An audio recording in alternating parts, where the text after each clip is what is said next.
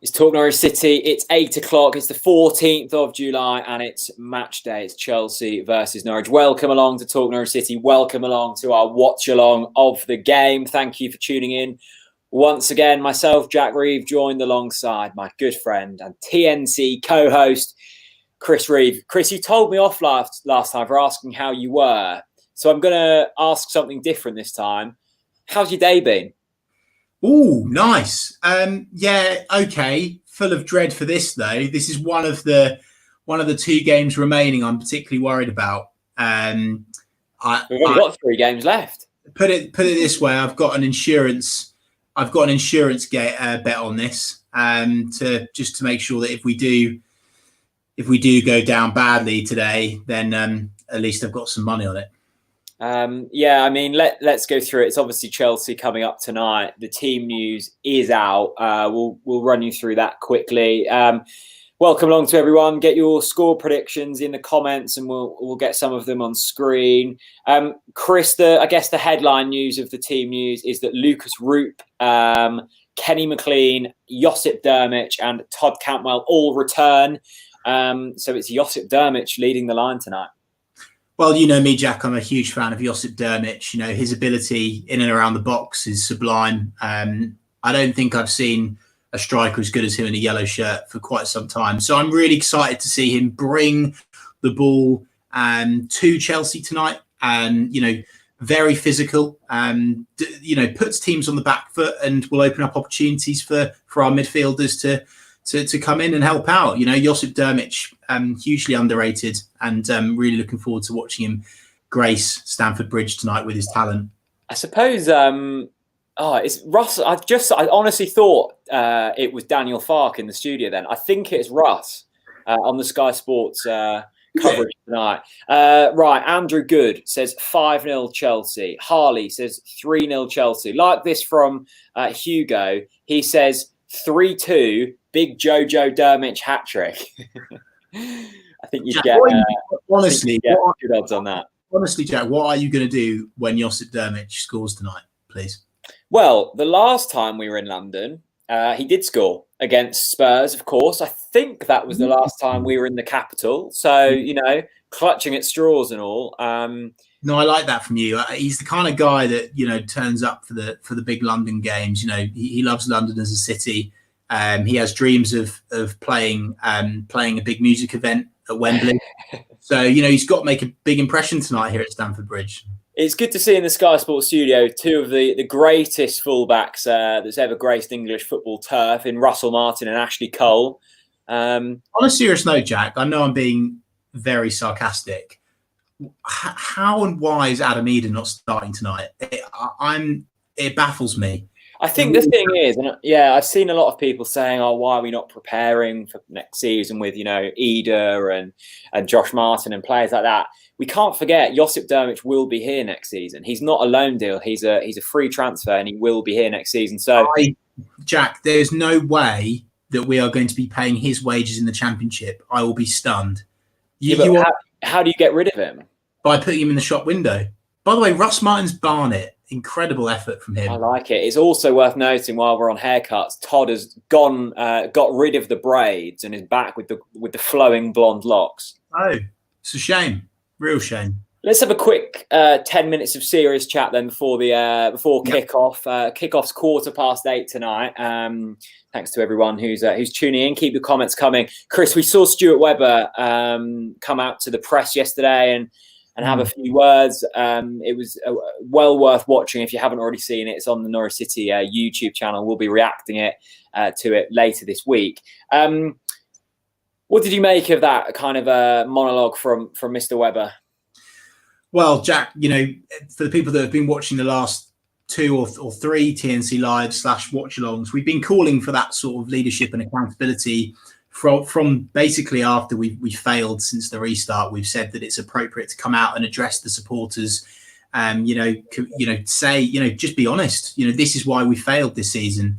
I have got nothing but praise for Stuart in his approach. And one of my perspective on it is, regardless of my opinion on what he said, it's the fact that he actually turned up and did that. And I think the majority of Norwich fans will realise just how lucky we are to have him when he's gone, because you don't get that honesty in football anymore. It's very cloak and dagger, and for him to come out and and say what he said as candidly as he did, I'm very impressed. And I think a lot of people have criticised him really harshly for that, but that's what we've been begging for. We've needed that honesty. For me, if I was to be slightly critical, my takeaway is that he was probably a little bit overprotective of Daniel Farke, but potentially he had to be, because if Daniel Farke is his man for next season to lead us to bouncing back into the Premier League, you need to back your manager. You have to have faith in him. So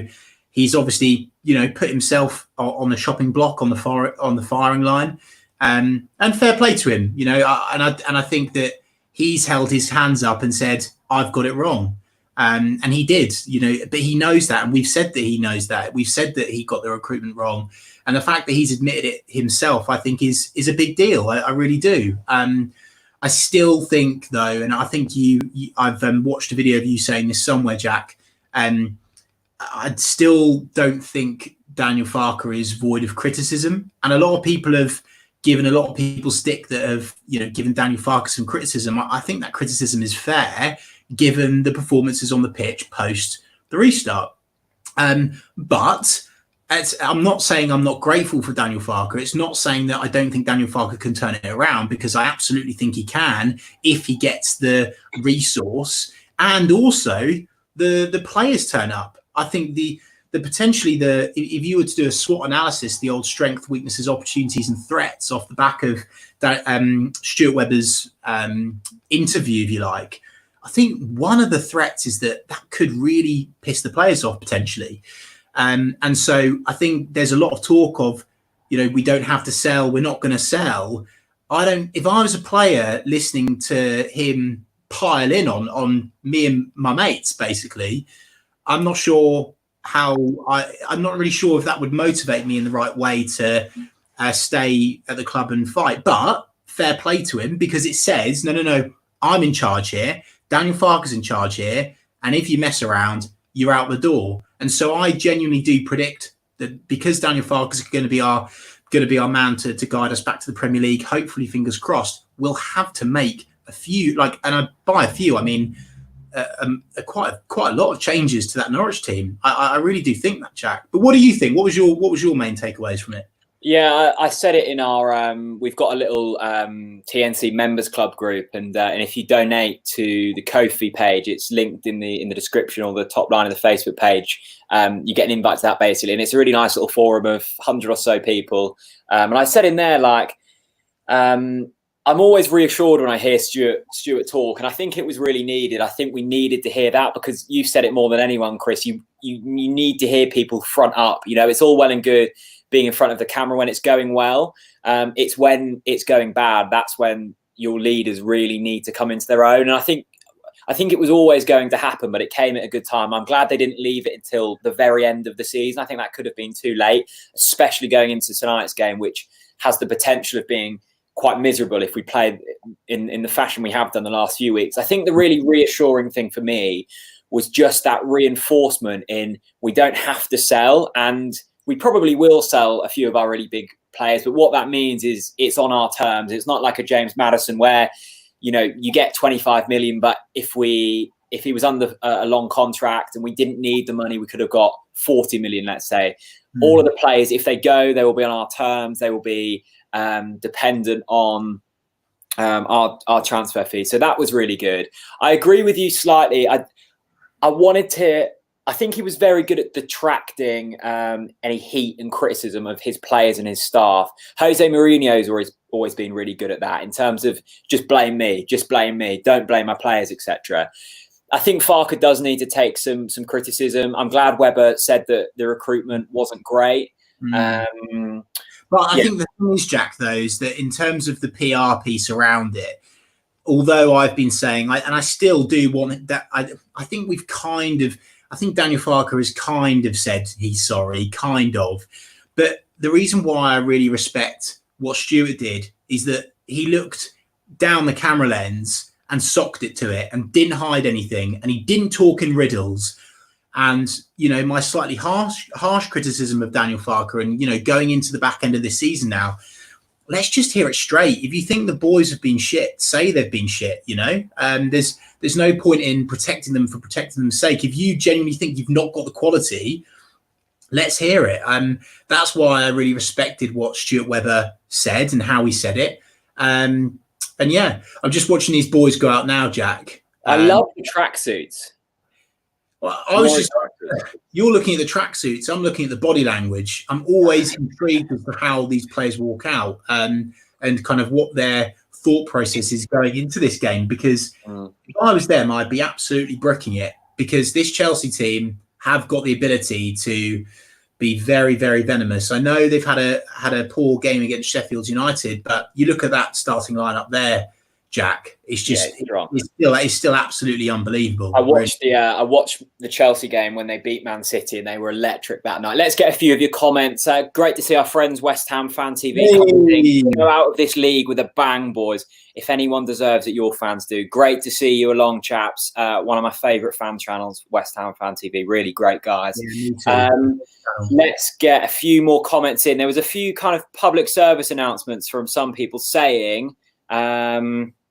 Yeah, this one. Let's say Oscar. I'm watching on Sky 1 or Pick 11. If you don't have Sky Television, it is available on Freeview. Pump in Channel 11 to your television and you'll find it. That's what we're watching it on here tonight. Yeah, 3 minutes to kick off.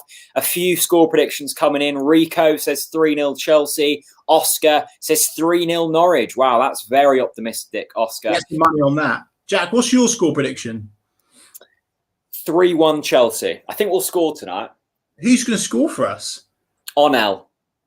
Yeah, I'd love that, to be fair. I really would love that. Onel deserves it. I think Onel's been criminally underused this season. I really do think I've been desperately unfortunate to not feature in this side more. We've seen it since the restart. He's been our only sort of player that's looked like he can cause any damage whatsoever. It's a shame that it's got to this point where Onel is being featured. And it'll be really interesting to see how he is in the Championship. One of the things that Webber said, Jack, that I completely agreed with and I didn't think about, but it makes complete sense. Our team are full of players that have only ever succeeded, which sounds strange, but Todd Cantwell got promoted when he went out on loan. Max Aarons won the league. Jamal Lewis won the league. Ben Godfrey got to Wembley with Shrewsbury, I believe. Was he promoted or not that time? But regardless, under Paul Hurst. And again, won the league. Paul Hurst, absolute legend, top boy. So although it's so hard for Norwich fans to hear and to take, I think we do need to realise that this will be a huge. Well, it has to be a learning curve for the boys. And by the way, Stuart Webber has put all of his chips on next season. There won't be any excuses in the Championship next season, because he's basically said, come on, give us a chance to try and put it right. And I do agree with that. Jack, my score prediction tonight, 6-0 Chelsea. Okay, well, best of luck. I know you've got a bit of money riding on it, so well done. Phoebe Langdale says, I just want to see us perform well. That's all I can ask for. Enjoy the game. Yeah, enjoy the game to Phoebe. Nazran's back. Hello, Nazran. Coming in from Karachi, Pakistan. Oh, yes. Oh, yes. Let's see what the time is in Karachi. I'm not sure what the time difference is. By the way, this is time where I think we say this every week, but it's midnight in Karachi.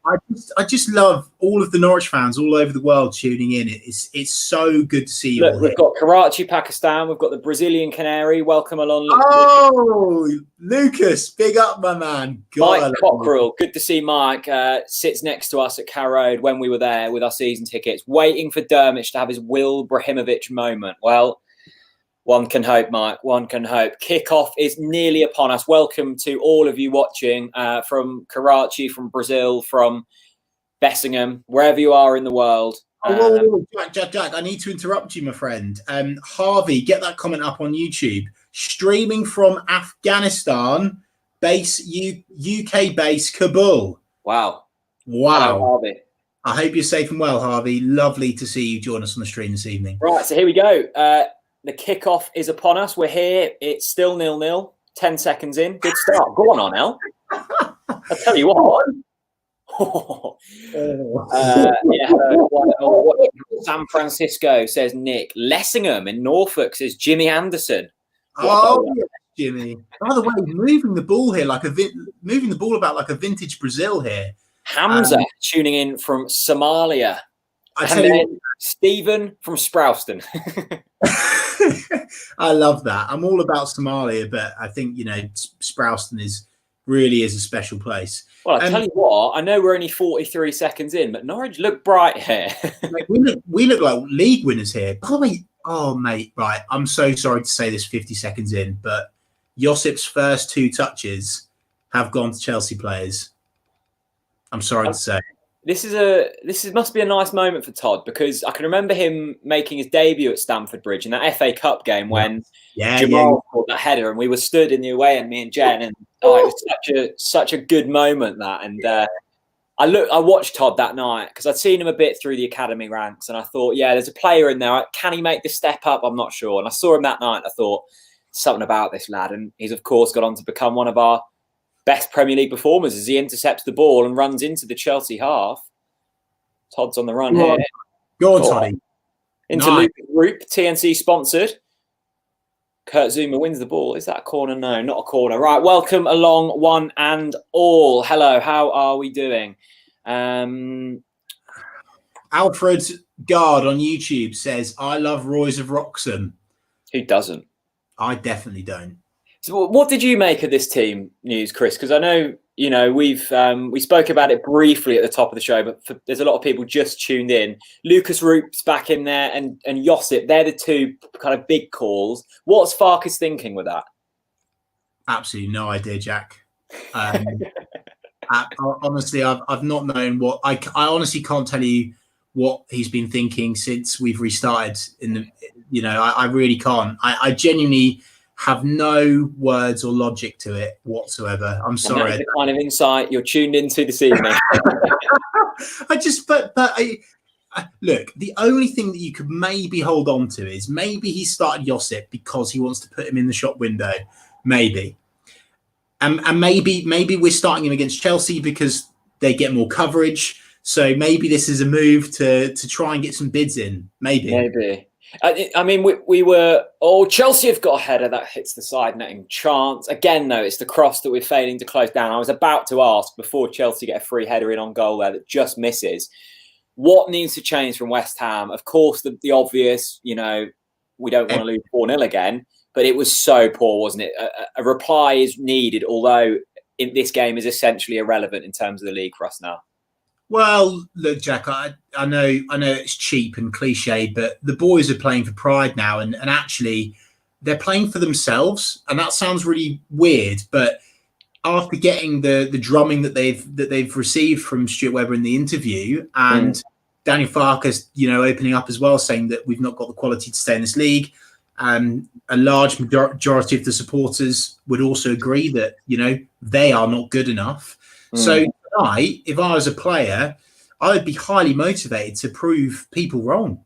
And I'd be puffing my chest out and giving this a good go against one of the best teams in Europe, without a doubt. Chelsea is still up there, still one of the biggest clubs in Europe. And, and I think a lot of these young players as well, there's been a lot of criticism for the young players over the course of the week, particularly Todd Cantwell, which has pissed me off beyond belief. And did you hear Dean Ashton's comments about Todd? No, I didn't. What did he say? Dean was on the great Norwich City podcast, On the Ball, which is Michael Bailey's, and Dean was the guest, and he said, and I know it's a really kind of pedantic point, and it sounds a bit kind of like, oh yeah, your Dar said it, but he basically said good chance there for Chelsea. He basically said that he thought it was a bit not cheeky, a bit audacious to be relegated. We obviously talked about Todd sitting in the middle of the pitch after the what game was that? Everton, maybe before Chelsea piling on pressure. I'll get back to my point in a moment. Yeah, well played. There's Chelsea. Oh, that's close. Good clearance by Tim Close. Dean basically said, if I was in a dressing room with Craig Fleming and Hucks, they would not have allowed me to go out there with that hairstyle because it brings on unnecessary attention. And I thought, he's got a point. No, I completely disagree with Dean on that. if he meant that seriously, that is an absolute joke. And yeah, cleared. Thank God.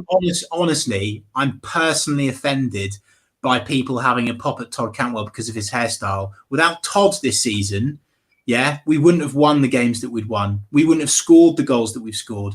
Todd has been a shining light on an absolutely dismal season. So how dare you take the mick out of his haircut? And by the way, what sort of damage is that going to do to a player that we want to keep in the Championship? Todd Cantwell will tear the Championship apart if we manage to keep him. So I really disagree with the criticism, the personal criticism. Say what you like about him on the pitch, but I don't really get the haircut hype. Like, he can do what he wants. He's an absolute baller. It was similar, though. I know it's in a slightly different level, but Paul Pogba always had that not abuse, but criticism aimed at him. You can only really pull that hairstyle off if you rip it up on the pitch. I guess he has been. Todd has been well on the pitch, yeah. But what I would agree with, and which I think Holty said this in the watch along before that we did, Jack. He said, if that was someone in my team, they wouldn't have been sat on the pitch. We would have picked them up and said, "Hey, you get in, get in. You are not going to sit out there." But I don't know, Jack. I think that it's been very harsh. I think it's been very harsh on Todd this week. And I think that football, maybe Norwich fans have got shorter memories than most. But for me, I'm insanely grateful for what Todd's done this season. And I take off my Todd Cantwell glasses. You go back to the podcast that we did before we started this season. We thought the guy wasn't going to get a contract. And look what he's contributed. So, look, people deal with relegation in different ways. He has shown that he's a young guy, and he's dealt with relegation in a very different way. Some players have put Instagram posts on. Some have put them in black and white. Some have put them in colour. Some players, interestingly enough, the players that we have criticised, that we claim don't care, haven't done anything, full stop. So I think that I'm actually more offended by the players that haven't said anything and haven't done anything than the fact that Todd sat out on the pitch. And for me, I want to see players sending the message that they give a shit. I'm sorry, maybe I'm a bit biased. Maybe I'm biased towards Todd, but for me, I think it's been very harsh. Going back to that Manchester City game, but absolutely, there's not a single Norwich fan in this chat now that wasn't absolutely bursting with pride that one of our own took Man City apart. So let's just be really careful with our Todd criticism. Particularly because, for me personally, I know that, it's likely that Emi Buendia is going to go, come on, like it is. So for me, we have to try and keep hold of Todd, and he'll do some serious damage next season. Yeah, great stuff, Chris. Quick thank you to Jordan, who's donated on our Ko-fi page. He says, keep it up, lads. Thanks very much, Jordan. Our Ko-fi page, if you don't know what it is, it's a donation page. It helps us maintain the channel, etc., etc. There's a link in the description. You obviously don't have to pay to watch this, but if you have got a spare couple of quid, a donation is appreciated, and we'll shout you out in the stream. Chris, 8 minutes and 40 seconds gone of this game. There's been a few Chelsea chances, but we've looked a bit brighter. Way too early, mate. I don't think you could even. I mean, I think we're just riding the storm at the moment. I personally think the lads look really worried. We've seen Anel try and bring the ball forwards, give it to Josip, and he's fluffed it early doors on a couple of occasions. But for me, only a couple of glimmers, and it's too early to call at the moment. See, that move down the wing there, Jack. And to be fair, by Josip and Jamal, that's what we saw against Manchester City. That's what we saw against Newcastle. And that's what we saw last time against Chelsea when we played them at home as well. That's what we've needed. We've needed the team to actually try and bring the ball forwards and not be so worried, put teams on the back foot. They don't expect it from Norwich. They expect Norwich to just park the bus and defend for 90 minutes. So, and I think that we've got the play. I think we've definitely got the players in there to be able to do that for sure. It's evident from the first 10 minutes of this game that they're very much attacking the flanks. Willian getting forward lots. Marcus Alonso playing ridiculously high up the pitch for a left back. That's what we saw from Jamal Lewis in the Championship, really trying to push our wing backs up. Mate, what is Josip? No, Lucas. What is Lucas doing there? A really interesting point here, actually, touching on the Todd Cantwell discussion we just had. This comes in from Richard Churchyard, one of our TNT members, club members. He says, not the first time fans have got on the back of one of our own. It's true, isn't it? It's always seemingly, you know, the Murphys had it. Todd's had it this season. I don't know what it is really about. I suppose to be fair, I think Todd's had his fair share of fans this season. And when things are going wrong, everyone, as Stuart said, everyone's trying to find someone to blame. And, you know, a haircut sometimes, unfortunately, does bring that unwanted attention. Good point from Alexis Drizzy. Why isn't Pookie playing? Alexis, your guess is as good as mine. Fantastic. Clear. Great defending there. And, mate, I tell you what, a player that I am watching in this game, who I need to see a big performance from personally, is Ben Godfrey. Way off the mark since the restart. And yeah, I agree. The reason why he's had the plaudits that he's had, you know, is the fact that, you know, despite the fact we've lost games, we've been in games, he's looked athletic, he's looked strong. But since the restart, absolutely miles off. Yeah, I agree. I think we mentioned it on the podcast we did on Saturday, didn't we? We don't necessarily think that he's a defender. No, he's got the physicality, he's got the pace, he's got a cracking shot on him, can pass the ball beautifully, and that's in a sense the modern day defender. You look at, you know, Virgil van Dijk, he's got all of them attributes. What Virgil's got that Ben hasn't got at the moment is that positioning. Ben just doesn't look comfortable when there's crosses being whipped in or diagonal passes. He just doesn't seem to have that awareness at the moment. That comes with time. This is his first Premier League season, as it is for the vast majority of these players. So you can kind of allow them. Brilliant from Manel there, by the way. Absolutely brilliant from Manel. That's the thing. Chris, I know you've been saying it's early doors. We're 12 minutes into this game. I'd say the only thing I have been impressed with so far is the shape and the willingness to close down a pass has looked far better from Norwich. Against West Ham, we were just dawdling. And tonight we look a lot quicker in the tackle.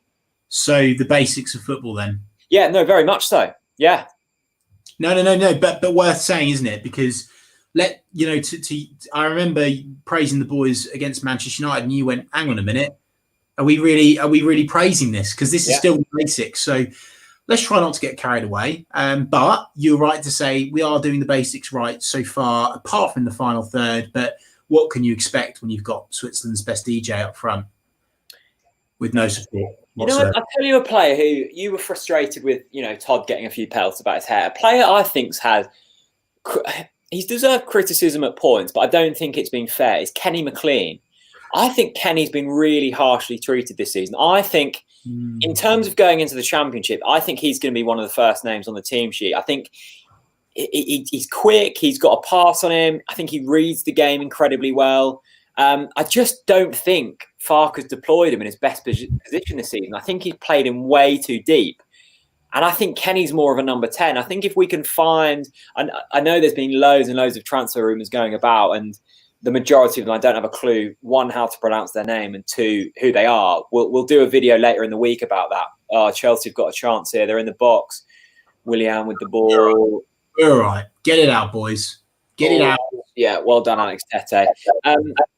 But I think we need a defensive midfielder, Chris. Well, look, we've you know, Tete, you know, great servant to the club, but absolutely on his last legs. It's still nuts that we've still been relying on him so heavily. Absolutely love him to bits, and thank God that we have had him this season. Yeah, for me, we absolutely need a defensive midfielder. However, and I'm going to read you quite a lengthy thread that I was tagged in by a completely new account, Beyond the Byline. I tell you what, if you screenshot it and send it to me on WhatsApp, I'll put it on screen. Oh my God, mate! Okay, just read it then. Basically, this is a really interesting point. There's been no noise. For Norwich, Cantwell. That's a chance. Hang on a moment. Sorry to interrupt, Chris. Max Aaron's has got the ball, whips in across. In the mixer. Right. Basically, there's absolutely there's no noise about Tom Tribal at the moment. No. And for me, it's been really interesting because I've always said Tom Tribal's our best centre defensive midfielder. There's just something about him, but I couldn't quite pinpoint what it was. And today I was tagged in these stats on Twitter, and I think it's a really interesting point because, yes, I think Kenny should be starting in the Championship. I think Kenny is more than comfortable of playing for a Championship side that's going up to the Premier League without a shadow of a doubt. And yes, I agree with you, Jack. He's had a lot of harsh criticism. Sorry, we're just bringing the ball forwards. Just got to make... Oh, no, too late. Now Chelsea bringing the ball forward. Anyway, it's just really interesting because he compared the Tete and McLean partnership compared to the Tribal and Amadou partnership. Now, I know Amadou didn't play a lot, but then he went on to talk about Tribal's pass completion. 92.3% is the highest at the club, way above McLean, and also, interestingly enough, way above Mario Vrancic, both 78.5%. So and I know that they played more games of football, but that's a substantial difference, Jack. And everyone, rants and raves about Mario Vrancic and why isn't he in the team and stuff like that. For me, I'm now shifting my focus onto Tom Tribal because we've missed that person that can actually, put a tackle in and have that energy. Because although Tete's fantastic at cutting the ball out and giving it sideways and backwards, of course, he doesn't necessarily bring the ball forwards. And for me, Tom Tribal is, for me, just a better player. Anyway, another thing which is interesting, Tribal's pressures off the ball must also be noted, 31.1 per game, a staggering number compared to Mario Vrancic, who's only had 19, and McLean at 18.2. So... I've just quickly put a comment on screen. Cam says Tribal was quality at the start of the season against Newcastle. Of course, a game we won. Mate, again, for me, it's a massive question mark. Why is Tribal not featured more this season? This is a good point as well from NCFC 1902. Super Tommy T had one bad game against Southampton, as they all did, and hasn't had a chance. Agree with Chris. Yeah, no, it's just interesting. So for the full thread, by the way, because it is a really interesting thread. You're in goal here, and it's cleared. Well done, Tommy. I've not given that thread the justice. For anyone that's watching the game now, that's handball. Thank you very much. Yeah. For anyone that's on Twitter right now, search at Beyond the Byline and scroll through that guy's thread because it's really interesting. The comparison between Tribal and Tete and McLean and how Tom Tribal has been a much better player statistically, which also says to me, Jack, because Daniel Farke's a stats man, how has he not got in the team? Yeah, I lived with a chap called Owen Foote, who's a massive Norwich fan. He's banging to his stats, like he loves his stats, and he read like Stats Bomb all the while when I lived with him, and he was a massive fan of Kenny and Tribal. Apparently, their statistics in terms of the roles that they were required to do last season were absolutely miles above anyone else in our team, and also the other teams that in the Championship last season. So it's going to be fascinating to see how, if we keep them both, how they'll be deployed next season. Jack, and going back to one of my favourite comments that you made last season, which shocked me, but I agreed with all the same. And a lot of people... It wasn't that Naismith was a good defensive attacking midfielder, was it? Mate, you've had some shockers over the years. That is the biggest shocker. I mean, that and loving for Yannick Vilscher, don't even start. Anyway, no, I remember you saying, and a lot of people would forget this, what was the best performance from a Norwich player last season? And I'm telling you, 100%. Tom Tribal versus Leeds was outrageous. It was a masterclass, yeah. I mean, honestly, if I was one of the officials, I would have put him in a compulsory drugs test after that because he was playing like he was on something. Honestly, he was wicked. And this is the thing, right? We're now, and Daniel Farke admitted it himself in the last game. We played the majority of our players that actually got us promoted from the Championship. So I've still, and I said this off the back of the last live, Jack, it'll be so interesting to see how these players get motivated for next season because this is a squad now that have won the league, but they've also been relegated and embarrassed as well, which is fair to say. They have been. They've been played off the park. They've been really shown up.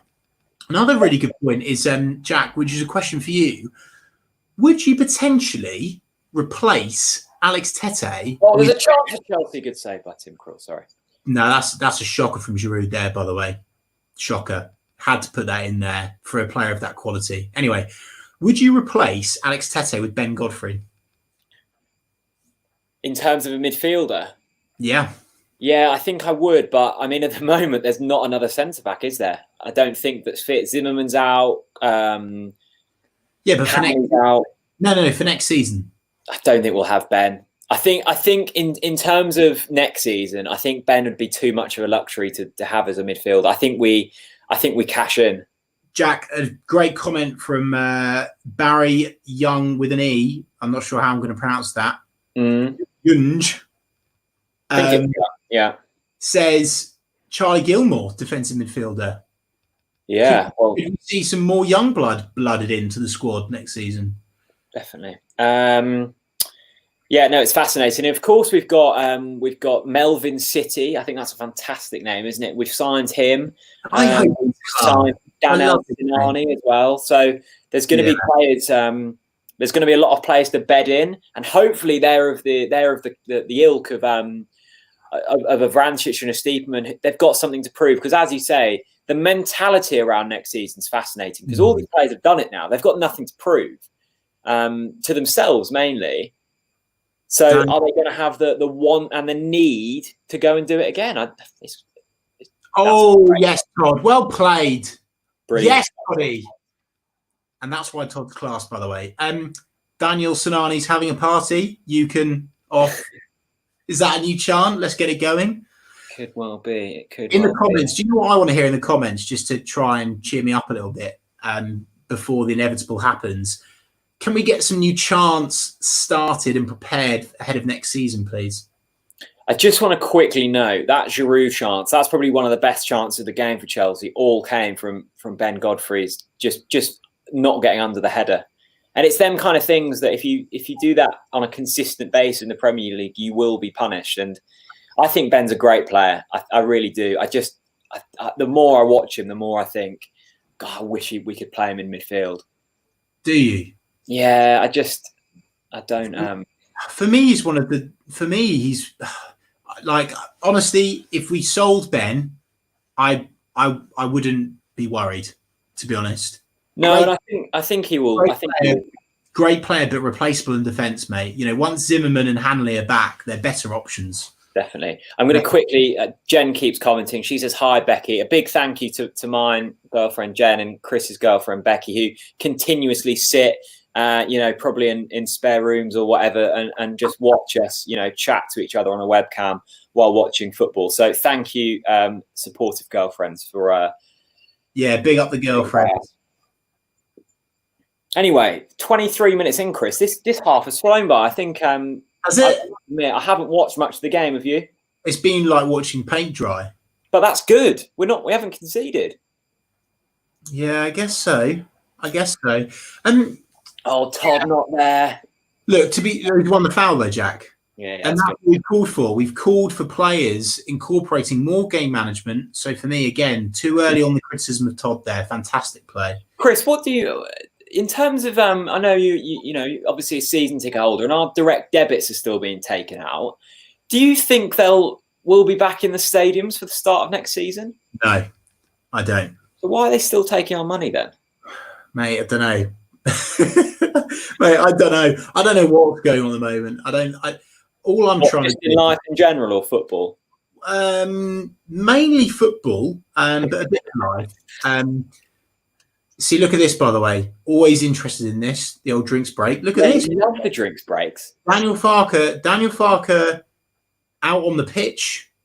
Oh, he's got his whiteboard out. Here we go. Yes, Daniel. See, that's what we need to see. That's tactical masterclass. He's been watching these. See, but look at this. No, but look at this. Look at the difference. Look how attentive the players are. I'm going to quickly take a picture of my screen. Hang on. What are you doing? You going to the toilet again, Jack? No. I'm just taking a picture of the screen. I'm going to tweet it. What for? And just to say, that's good to see. Mate, honestly, for entertainment value, this watch-along has been by far the worst. How many people are actually watching this? Yeah, but Chris, we're relegated, so there's nothing to... Jack, how many people are actually watching this? 500. Right, we need to seriously entertain them. Yeah. Right. I mean, there's not much to talk about in the game, so let us know what you want to see in the comments section. Jen says, we love a whiteboard. We do. It's good to see Daniel with his whiteboard out. Indeed. God. And do you know what I find really interesting, Jack? And again, I've got a lot of time and respect for Leeds, and I think they absolutely deserve to go up to the Premier League. They've been fantastic. What fascinates me is when the opposition fans comment in a live stream of the opposition. It's a bit. Do you find that weird, or am I just? I don't know. I just find that a bit odd. They were playing tonight, are they not? Well, I just don't understand why a Leeds fan would be talking about Leeds in a Norwich stream. Very strange. Not sure. In terms of football that's made me excited tonight, Wigan beating Hull 8-0.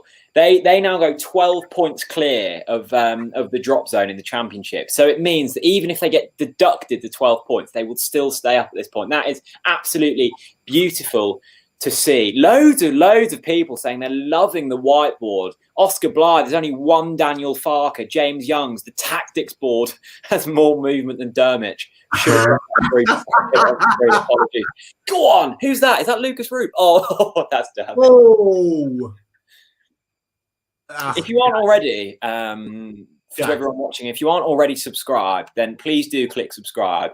Oh, no, that isn't awful from Chelsea. Yeah, click subscribe. We go live during or after every single Norwich City game, and you can see gold like this. Question for you, because we sponsor him. When we meet Lucas, what are we actually going to say to him? Side netting from Chelsea there, by the way. What are we going to say to Lucas? Yeah, honestly, what are you actually going to say to Lucas? Because I'm lost for words, really. That's awful defending from Norwich. How has he got that much space in the box? You know the thing with Lucas, I don't think he's as bad as people make out. I think he's been chucked in the deep end and he can't swim.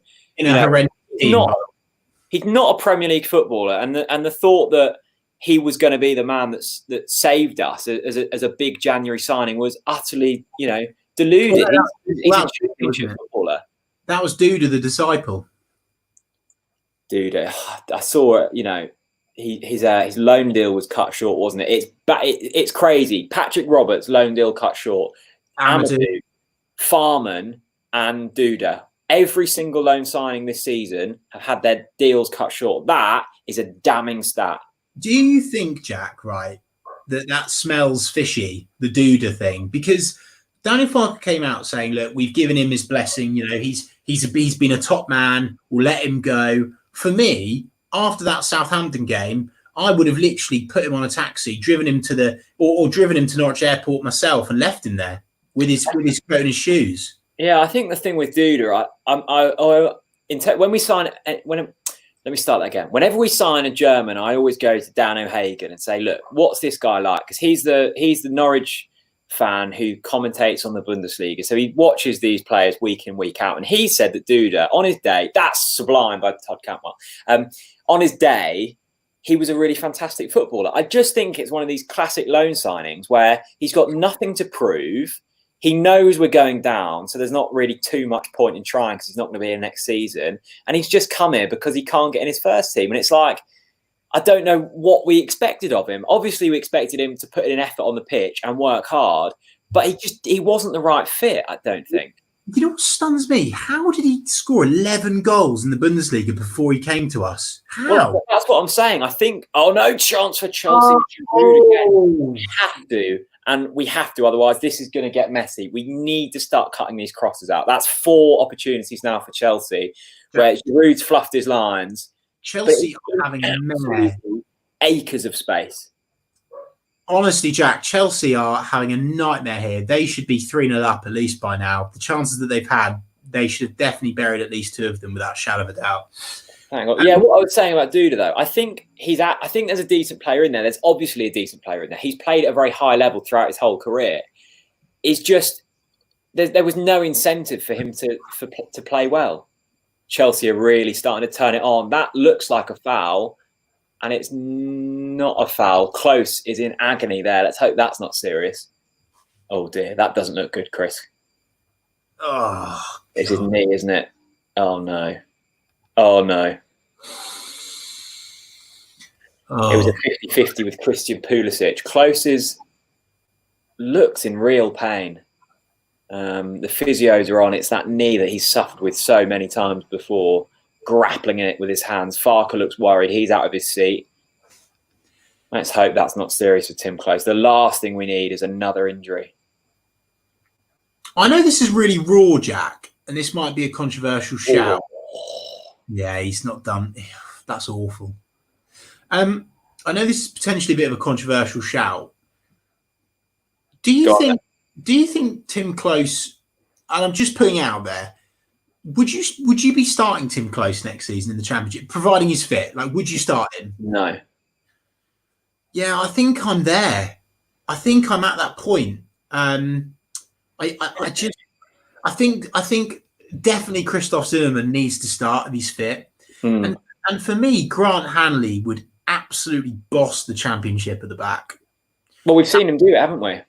I don't know. I feel sorry for Tim because he's had a couple of, he's had quite a few injuries. I mean, that one last time we were in the Premier League, Jack, when literally I remember that was the day that Snads came to Crystal Palace with us and got so pissed that he fell asleep for the whole of the first half, didn't he? Smoke bombs. That was in the days of Gary O'Neill. And of course, the great Patrick Fraud Bamford himself was playing up top. Who will be playing Premier League football next season. Mate, if Leeds, honestly, surely. They're going up now. No, but I mean, come on. Surely they can't be starting Patrick Bamford in the Premier League. If they do, they are going to suffer some serious. He's not happy, Timmy Close, is he? He gave the physio a wink there. I'm not sure if that's a flirtatious wink or a wink to say, yeah, I'm good. A quick thank you to Nation Ashforth and also Barry Lee Cullis, who I recognise their names. They've been in every single stream for donating on Ko-fi. Thank you so much, gents. Nathan says, loved going to Carrow Road. Last 3 seasons, always been great games between Norwich and the Blades. Hope you guys come back soon. Oh, and a Sheffield United fan. Thank you for donating. We had a Crew fan donate yesterday. So thank you. Big up to the opposite fans who've invested. Chris, 32 minutes in 0-0. You know what? Just to comment on just that one piece of play there from Maxi. That's all we want. If in doubt, kick it out. Just keep it simple. The basics of football. Take the pressure off. I am getting to the point, Jack, where I'm starting to be quite impressed. I know that it's only 0-0 and 30 minutes gone, but the boys have. Oh, by the way, superb endeavour from Anel there. By the way, this is the thing, though, Chris, and you said it. You were like, "Well, why am I praising the boys here for doing the basics?" All you have to do, well, not all you have to do, just get the basics right. Be brilliant at the basics, and then build from that. We've been a lot quicker tonight, a lot faster tempo. The shape's not been there as Chelsea go through. Oh, it's again, it's the cross. Again, it's the cross. And we've got it out. Thank goodness for this. Anderson says, what Snads up to these days? You know what? I was talking to Bradley yesterday, a good friend of mine who hasn't been on the channel for a long while. Snads is really well, actually. He's lost a lot of weight. He's just, really enjoying life and doing well for himself. So that's good to see. He hasn't been on the channel for ages. He doesn't get to go to Carrow too much anymore. But no, he's doing well. I'll pass on your messages to Snads. He's a good lad. Toddy, fantastic there. Great challenge. Absolutely brilliant. Tom says, end of the season. Let's just do the basics. Look, it has got to that. But it's improvement, right? By the way, baby steps. No, but I like the fact that Tom's held us accountable to our conversation there. And because I cannot believe we're at this point in the season when we're just saying, let's just do the basics. Corner kick, we know that that's like a penalty. Oh, so close. Chris, I saw a stat earlier, and it was, if we finish on this amount of points, what are we on, 21? That's really close. We nearly conceded from another corner there, another free header. If we finish this season, it's Dermot, he's lost his man completely. Well, he hasn't lost his man because he's not marking a man because we're zonal. He's lost his zone. What was I going to say? Yeah, we're currently the 5th worst Premier League team of all time. Non-event, don't care. Just give you that. What sort of stat is that? Well, it's just to say that there's only been 4 teams worse than us in the history of the Premier League. Oh, fine. Well, one of them was Huddersfield. Well, we're not the worst, so I'm not bothered. Okay. This feels like just a friends reunion. How's Big Dave, says Sean McCongill. Big Dave's also fine. If you ever want a holiday at Potter's, 5-star resort, hit up Big Dave. Big Dave will sort you out. You just need to wait until they're open again. First. Are they shut, are they? I think they're redoing it. But anyway, swiftly moving on from Potter's. Big Dave's your boy, though. NCFC 1902. Lads, any chance of TC14, Todd Cantwell, staying? We've talked about again, it's another cross. It's found by Chelsea. They've hit the crossbar. What are we doing there? Great save from Tim Krul there, by the way. Fantastic save from Tim Krul. It's another cross that Norwich just haven't picked up the man. It's a wonderful touch. I think that's Pulisic on the turn. Oh, no, it's a save by Tim Close onto the crossbar. It's a great save. Maxie's lost his man. Yeah, agreed. What a save by Tim Krul there. What a save. Absolutely brilliant. It's another corner, and it's just wide. I thought that was in. Bloody hell. Another free header. That's Kurt Zuma this time. Norwich need to start picking their men up because we're losing them here. We started well, but Chelsea in the last 5 have been building. They should have scored twice. Did you see that? Did you see the other ball come onto the pitch then? There's 2 balls on the pitch then. I don't think that would have counted. Really? There was 2. There was another ball thrown onto the pitch. And they still can't score. Controversial. Jack, question. You are a diehard Chelsea fan. Are you currently more angry than if you're a diehard Norwich fan? I know we've been relegated, but in this game, because Chelsea have been abysmal going forwards in terms of finishing. I think you are. I mean, let's not forget they're well in for the hunt at the top 4. They lost 3-0 to Sheffield United last time out. That was a woeful performance. Lampard said his men never looked up to it that game. And this is a massive opportunity for them. We've got nothing to play for. We're already down. And yeah, they've had chances, but they've been wasteful in front of goal. Massively. And the thing is that they all look, by the way, switching off their basics. Well done. Brilliant. I think if I'm Farker now, I'm really, really hoping we get into the break 0-0 here, because you know with Norwich, if you concede and you go into the break 1-0 down, you've got no chance. Another corner here for Chelsea. Oh God, take, and that's cleared front post. Thank goodness. Well done. At least it's out. Joshua Clark says the Swiss Calvin Harris over Giroud. Swiss Calvin Harris. By the way, something that I would like to see, and hopefully, fingers crossed, Josip does like a diss track ahead of the championship season, to respond to his haters. Yeah, I'd love to hear Josip's real voice, because I noticed that he's using a lot of auto tune, and I think I don't know why, because the guy's clearly got the vocal talent. And I honestly think for Norwich City's brand, it'd be great to see him go on the likes of Britain's Got Talent, X Factor, something like that. That's personally what I want to see going into the championship season. What about you, Jack? What in terms of? Sorry, I was just frightened with that. Don't bother. I want to see a full album going into the championship season. I would love to see a full album. I mean, we've seen the teaser singles. Let's get the full album out. And I tell you what, we've seen the singles and we've seen the music videos, and so imagine what the videos would be like in a full album. You know what, Jack? On that note, that's another corner for Chelsea, Chris. On that note, yeah, but it's inevitable, Jack. It's like turning up to a funeral watching Norwich. We know we're going to concede. I saw someone describe watching Norwich as watching Marley and Me the other day. It was like, you kind of have a laugh and a giggle throughout, but you kind of know at the end the dog's going to die. And I was like, that's quite a good analogy. Oh, that is absolutely class. Absolutely class. You know, the thing I've noticed here, Chris, is, I've noticed this all season. This isn't new. When we get the ball, we lack that player to drive forwards and just relieve pressure. We get the ball back and then we give it straight back, and we're not progressing at the pitch. And I think the man that can do that is Marco Stiepermann. And Anel Hernandez, but we're not giving them enough ball. Anyway, Jack, back to the important stuff. We've got a comment on YouTube from Angus Gibson who says, Chris, what's the key for the perfect poached egg. Soon as it's 0-0, I'm more than happy to let you know what the top secret is. And honestly, the amount of DMs I get every week with people saying, "How do you cook the Revo's poachies?" Well, let me tell you, toast is timing, really important. You don't want to be doing your poached eggs any longer than your toast. And for some reason, people overdo eggs all the time. Be brave, get those eggs out. Oh no, chance for Chelsea. Scuffed by Giroud. Anyway, get those eggs out. The other thing as well is you don't want your water too bubbly. You want just a really light simmering. You don't want volcanic water going on. And you want to be cracking those eggs really close to the water. You don't want to be splashing them from up there. None of that nonsense. Close to the water. And just leave them as well. No salt. No nonsense. No.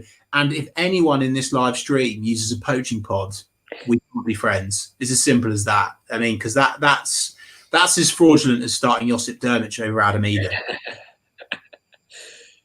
So I feel like you've stopped mid kind of wrestling. Really? Surely more to it than that. Well, not really. You get the eggs out and jobs are good, mate. Yeah, but it's not just that, is it? Because you sometimes have layers of what did you have on there today? I tend to have some cold meat underneath, just to provide a bit of flavour. Sometimes salmon, sometimes some chorizo.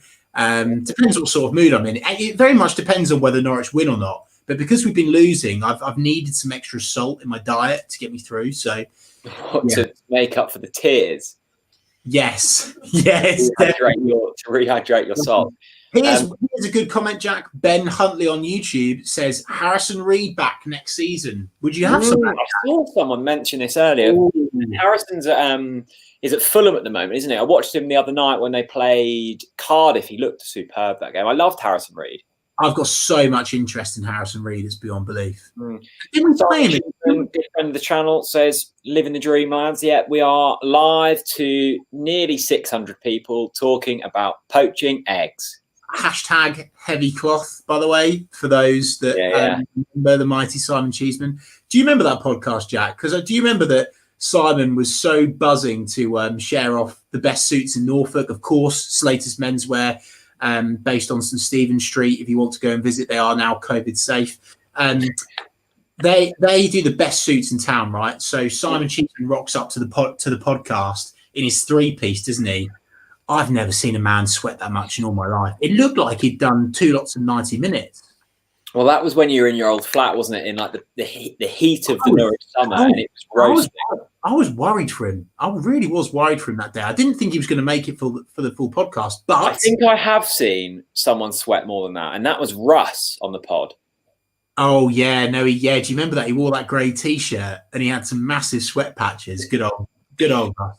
The Norfolk Cafu. He's learned his lesson there, that's for sure. And look, he sweated a lot that game, and then that day, and now he's the manager of MK Dons. So Jen says hair update, please. Yeah, this is the hair at the moment. Breaking news as well. It's getting cut tomorrow morning. So this is the last. This is the last of the long hair. This is 4 months worth of hair. That is a proper lion's mane, mate. Like I mean. It's going tomorrow.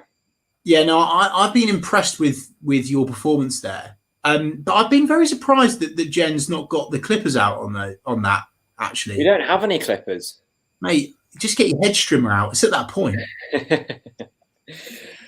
Okay, Tom says, hi, guys. Do you feel we need to sign 2 extra centre-backs good enough to play next season, as I'll seem pretty prone to nasty injuries? Yeah, we spoke about it earlier, didn't we, Chris? I don't think that Tim Close is maybe the man anymore, which is a shame because I love him and he's been a good servant for Norwich. I think we've got better.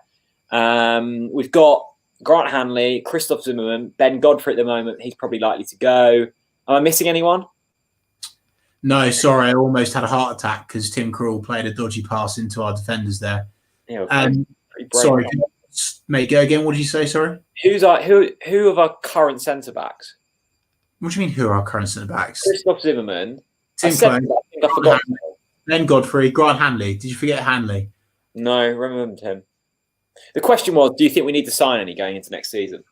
Yeah, definitely. I think we've lacked in that department for a long time. I think we've been cutting corners in our defence. Certainly that centre-back partnership. Maybe I sound like a broken record here, but I still don't think we've ever really replaced Malky and Fleming. Like, I know this sounds, and there'll be a lot of young fans that watch this now that won't remember those days. And a lot of the older fans that are watching this will be like, oh yeah, I remember those two. And you see it, and if you look at all of the best sides in football, they have a solid centre-back partnership that stay in that team together, and they are rocks. And Norwich this season have obviously had to change it. They've had to chop and change it. But there's been times also, Jack, where Daniel Farke has changed it without the players being injured. So for me, I do think we need to sign a player. But then also we've got to take into consideration the current economical climate. A lot of people are saying, well, yeah, we've got to spend money and all of this stuff. But in terms of timings, we spoke about this last game, Jack, didn't we? About it's very easy to say, oh, it's fine, we'll just sell Emi Buendia for 30 mil and then we can just sign a quality centre-back. It's not going to work like that. It's going to be really difficult. So, yes, in short, I do think we need to sign a centre-back. But for me, if we can keep Christoph Zimmerman and Grant Hanley fit, then I think we'll be all right. Yeah, Norwich, it's the 46th minute here, so a couple of minutes of injury time in the first half. It's still 0-0. I mean, there's been chances for Chelsea, and I don't think we've got out of our half for about half an hour, but it's 0-0. And there's a clear game plan here, Chris, of just soak up some pressure and let's try and hit them on the counter. We haven't seen that from Daniel Farke. When we've gone up against these sides, all sides this season, there's been one game plan, and that's just attack, and it hasn't worked. Slightly more reserved from Norwich tonight, and we haven't conceded yet. Do you actually think it's been attack, Jack? Well, we've tried to, because we've shifted our full backs up so far in previous games. Sorry, I thought I was about to have a fit then. It was just a cross that was being thrown into the box. Yeah, I think the premise all season has been to get forward and try and score goals. But we've not done that. Down. Fuck's sake. It's Olivier Giroud. Just as I was saying, we're about to go into the halftime break 0-0. It's another cross. It's another ball that our centre-backs have been unable to deal with. And Olivier Giroud pops up unmarked to score a goal in the 47th minute. If you want to see a goal that sums up Norwich City's season, it's that. It's a ball whipped in by Christian Pulisic. It's a right-footed cross. And Tim Close is in absolute no man's land, as well as Ben Godfrey. I'm sorry, shameful defending. I've got to say this again. Tim Close, stinker against West Ham, didn't jump. What is he doing there? What is he doing? It's shameful defending. Is the knee injury getting to him? Honestly, get him off. Seriously, get Tim Close off now, because that's embarrassing defending. I'm sorry. It's not good enough for the Championship, mate. That there is woeful defending. He's a big lad. He should be doing so much better there. It's not good enough. Not good enough. I mean, something like that, like injuries, of course, leave you off the pace, right? But that's just awareness. That's being aware of who's around you. He's had no idea there of what's going on. It's poor defending. Of course, he was at fault for our defeat to Manchester United when he got sent off. That's the worst of the lot, that one. That's really poor. And it's unlucky that to go in 1-0 down. We do deserve losing the game. It's not unlucky. It's not unlucky. We've been shit yet again. We've not brought the ball out of our half, Jack, for half an hour, seemingly. Maybe once or twice tops. The worst time to concede. And all you need to do is get in at half time. Roll, dive, cheat, do whatever you've got to do, but do not concede just before half time.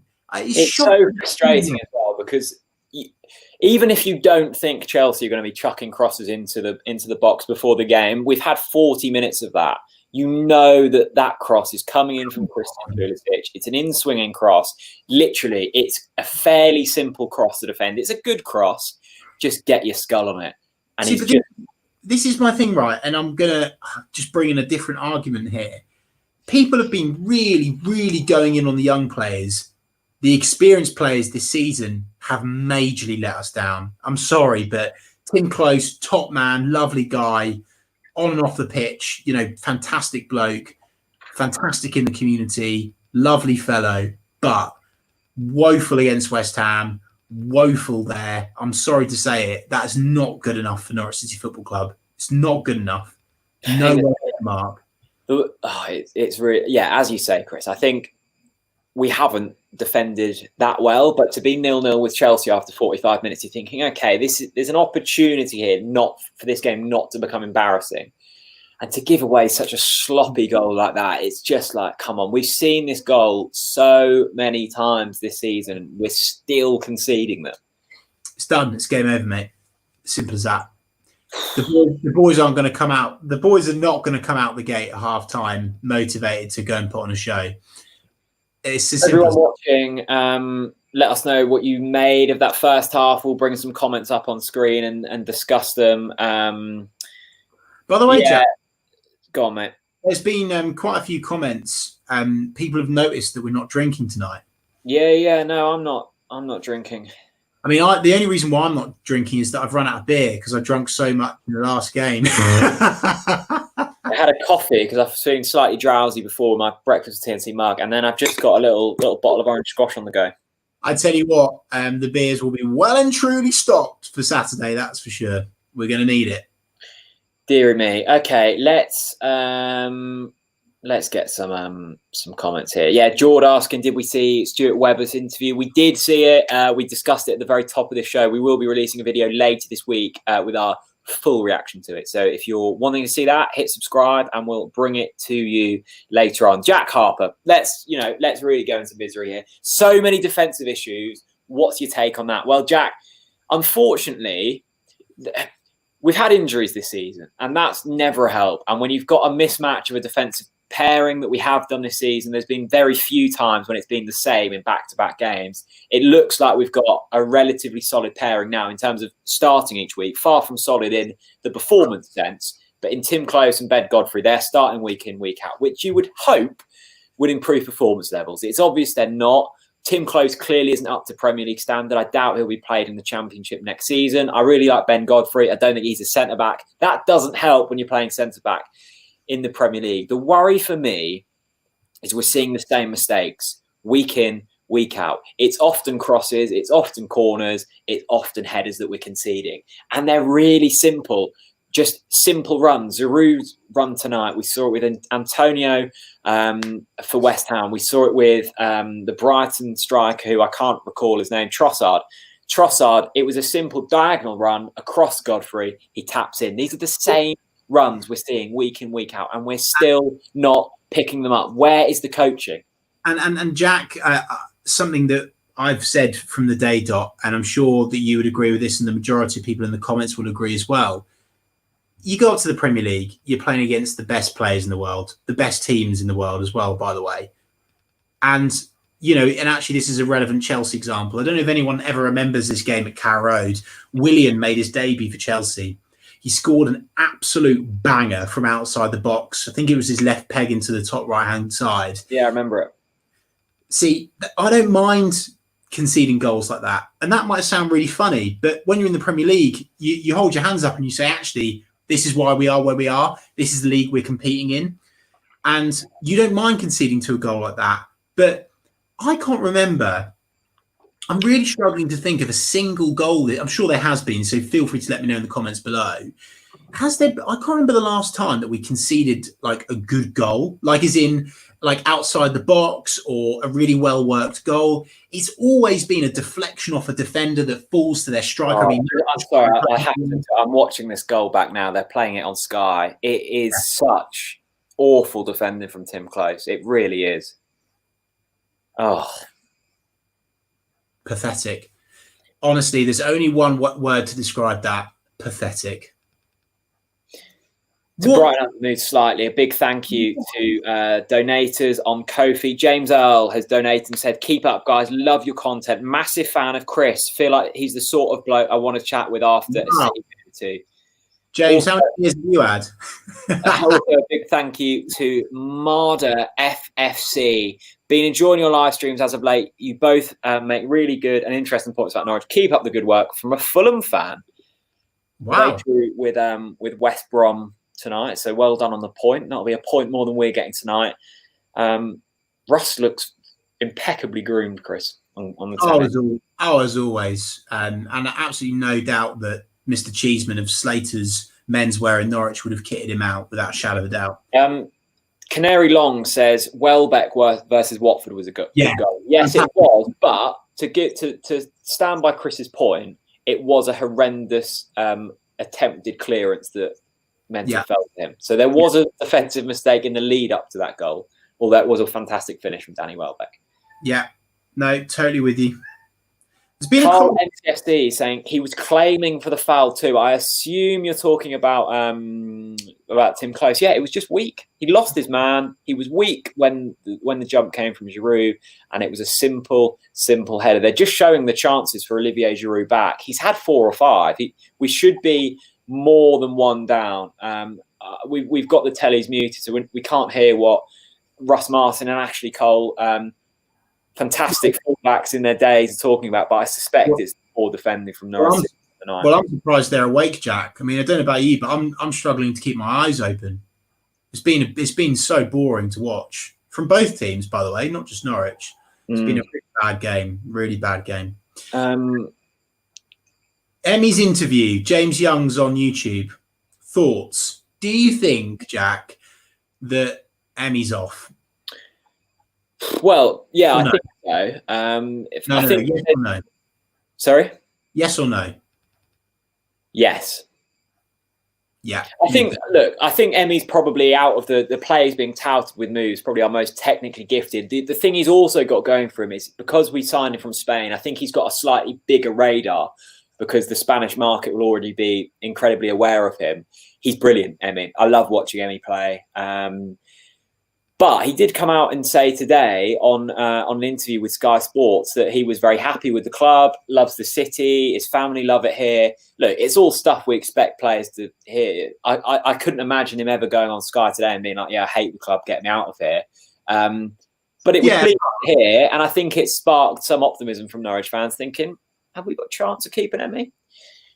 Do you know what? And I wouldn't normally sit on this side of the fence, Jack, but now we've been relegated, and you go from not hearing a peep out of like Emmy's been quiet really all season, and now this, and I'm sure that he was just selected for that interview, by the way, by Sky, so it's probably just sod's law. But there is part of me that says, are we saying all the right things at the moment to drive up player values? Like, we don't have to sell players. Like, all of our players are worth top dollar. We don't have to sell. We've put our players on long contracts. And by the way, I'm doing it. I'm playing my part. I'm massively overvaluing our players, because if we can get any money, mate, if I had an extra £5 on to Ben Godfrey, I'll be happy. You'll be asking for your cut. Well, maybe. Michael Hopper, who is, of course, a proud sponsor of the channel, he says, where can we donate to TNT? Look, if you're willing to donate to help the cause, then there's a link in the top line of the YouTube video description or on Facebook. It's a Ko-fi page. You can donate the equivalent of a cup of coffee, which in our case is £3, and it goes to the channel. Andy says, or Ands, so I guess it's Andy, but it could be something else. Chaps, Ida on for the second 45 ? Needs to get some minutes. Chris, you were an advocate of Adam Ida starting. You still of that mindset? Yeah, should be starting every game from now to the end of the season. Utterly pointless starting anyone, but honestly, there is no point playing Pookie, by the way, or Josip. Adam Ida, get him in the team. Crucial learning period for him. Huge. I suppose on the flip side, let's play devil's advocate. Would it be slightly a disadvantage for Adam Ida to be playing and literally just chasing shadows? Would that be a knock to confidence? No way. I don't buy this confidence thing, right? The confidence, Jack, is non-existent.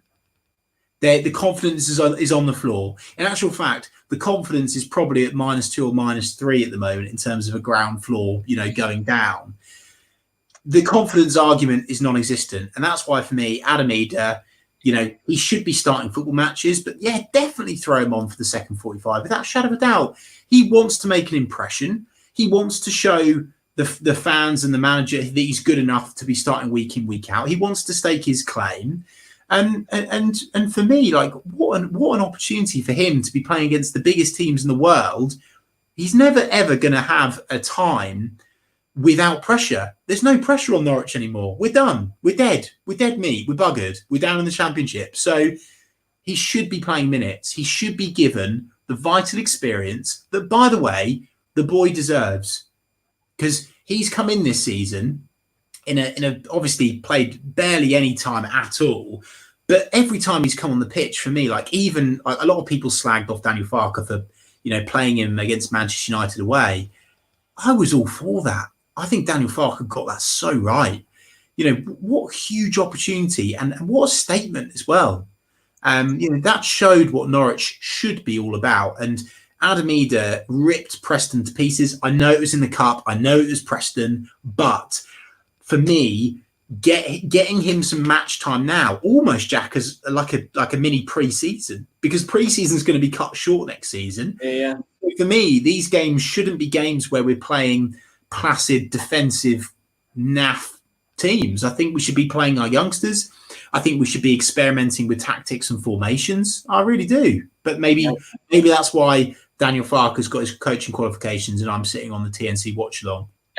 Don't degrade the TNC watch along, Chris. We've talked about important discussions such as haircuts, poached eggs, and suits tonight. The thing with Adam Eder, I really like him. I think he's a top player. Holty really likes him. His opinion on strikers is worth 10 times mine. I just think it's a really sad reflection on our recruitment that we're having to rely on an 18-year-old striker in the Premier League. I can remember the last time, or maybe the second from last time, we were relegated from the Premier League. And we were like, well, let's just play Jamal Oza because there's nothing left. Like, we shouldn't be at a point in a season where we're going, well, just chuck the 18-year-old on. It shouldn't be at that point. We should have brought in, or our other strikers that we did bring in, Josip Drmic, we shouldn't then be going, well, Adam Eder could have a runabout for 15 minutes to get some minutes in the belt. I really like Adam Eder, and this isn't anything against him. This is something against recruitment. We shouldn't be looking at Adam Eder as an option this season. It should be someone above that. That's my opinion. Yeah, but shoulda, coulda, woulda, Jack. And for me, I actually think the tide's turned. I think that we're at the point now where we've got some top talent. We heard it from Holty. There's some serious players coming through our academy now, like serious players. And this is Grant Holt. This isn't Chris Reeve. This isn't Jack Reeve talking about this. This is Grant Holt. One of the biggest legends that this football club has ever seen say, trust me, 2 or 3 seasons time, you will see some amazing young players coming to that squad. So yeah, Jack, skeptically, you could say, well, it's not good enough playing an 18-year-old. Well, I would disagree. Look at, and I know that the top clubs have got some exceptional talent, but age is just a number. I hate that argument. I hate the whole, you can't do anything with kids thing. We won the league with kids. We won the championship with kids. And actually, arguably, we beat Man City with kids, mostly.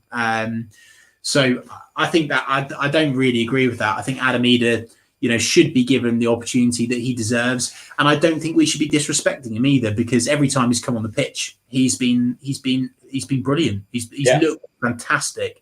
Absolutely fantastic. No, fair point. Thank you to well over 600 of you now across Facebook and YouTube, wherever you are in the world. I hope you're safe. I hope you're well. The team's just walking out now for the second half of this game. It's the 14th of July. We are 1-0 down to Chelsea at Stamford Bridge, of course. Norwich City are already relegated. We've got 21 points. A quick thank you to Anonymous on Ko-fi who's donated. They say, the players knew we were already getting relegated after the Southampton loss. We needed to win that game, and the players knew that. Since that game, we've not played as a team, only as individuals, all looking to try and shine as individuals in order to jump ship and get the best deal. Well, a very cynical way of looking at things. Yeah. But I would say there hasn't been any decent individual performances either. We haven't looked good as a team. We haven't looked good as individuals.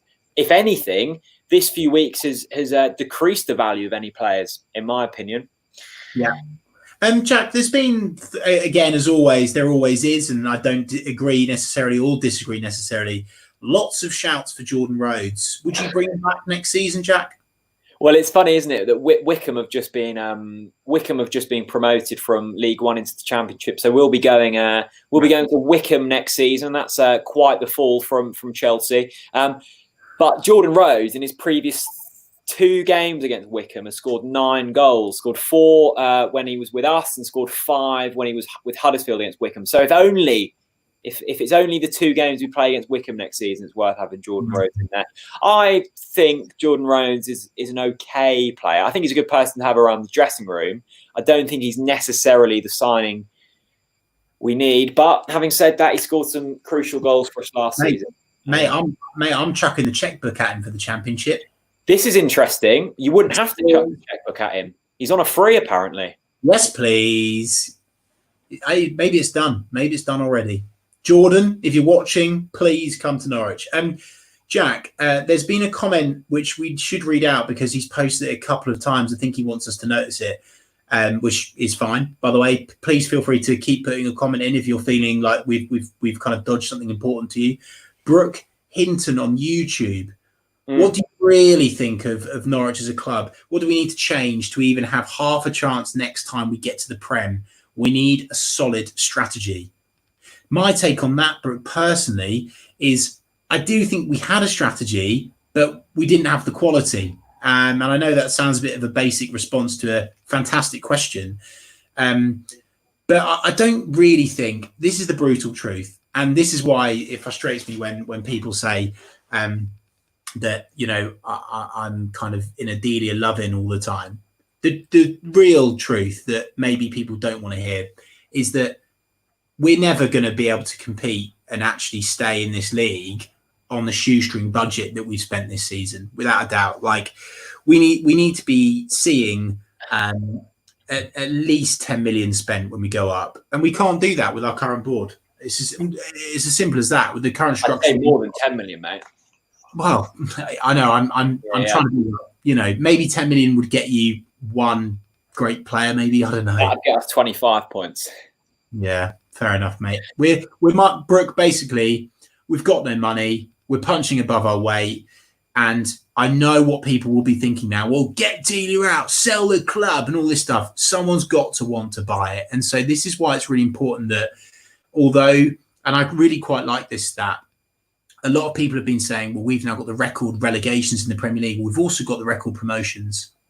And I'd much rather be Norwich City as a yo-yo club, tagged as a yo-yo club, than Ipswich rotting in League One. Simple as that. It's a complete no-brainer. No, it's a really good question from Brooke, and it's one that definitely requires a longer response than what we've got time for tonight. But I think I echo what Chris says. We have to manage expectations, and the expectations are the realistic expectations with the budget and the wage budget that we've got. We are a 20th place in the Premier League team this season, and probably if you're going off of the budgets in the Championship, we're probably a mid-table Championship side, which has shown how much we've gone above, especially last season. Like in previous campaigns, we've had like the biggest wage bill, etc., etc. But we'll be dipping into the Championship next season. And I'm sure there'll be clubs with bigger. Well, just look at Leeds. They've spent £16 million on a striker. That's a Championship club. That's what we're going to have to be competing with. Not Leeds next season, of course, but teams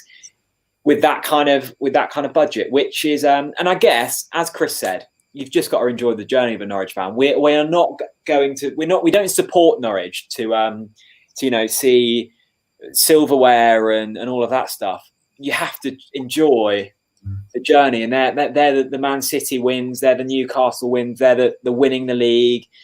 It will be going to Wickham away next season with your mates with a few beers. They're the times you need to enjoy. And when we do get to the Premier League, I suppose you at least hope that we'll put up some kind of fight, which hasn't been the case this season and hasn't been the case in the last few times we've got here. But we're here, and to flip that, I guess, let's not also get this little Norwich mindset. When we get to the Premier League, we have to try and be better than what we have been in previous regimes. And I think if we do ever get to this stage again with Daniel and with Stuart in charge, which is probably unlikely considering they're not going to be here for too much longer, hopefully we'll get to that stage and would have learnt lessons. That's all you can ask for. When you fail, you hope to grow the next time around.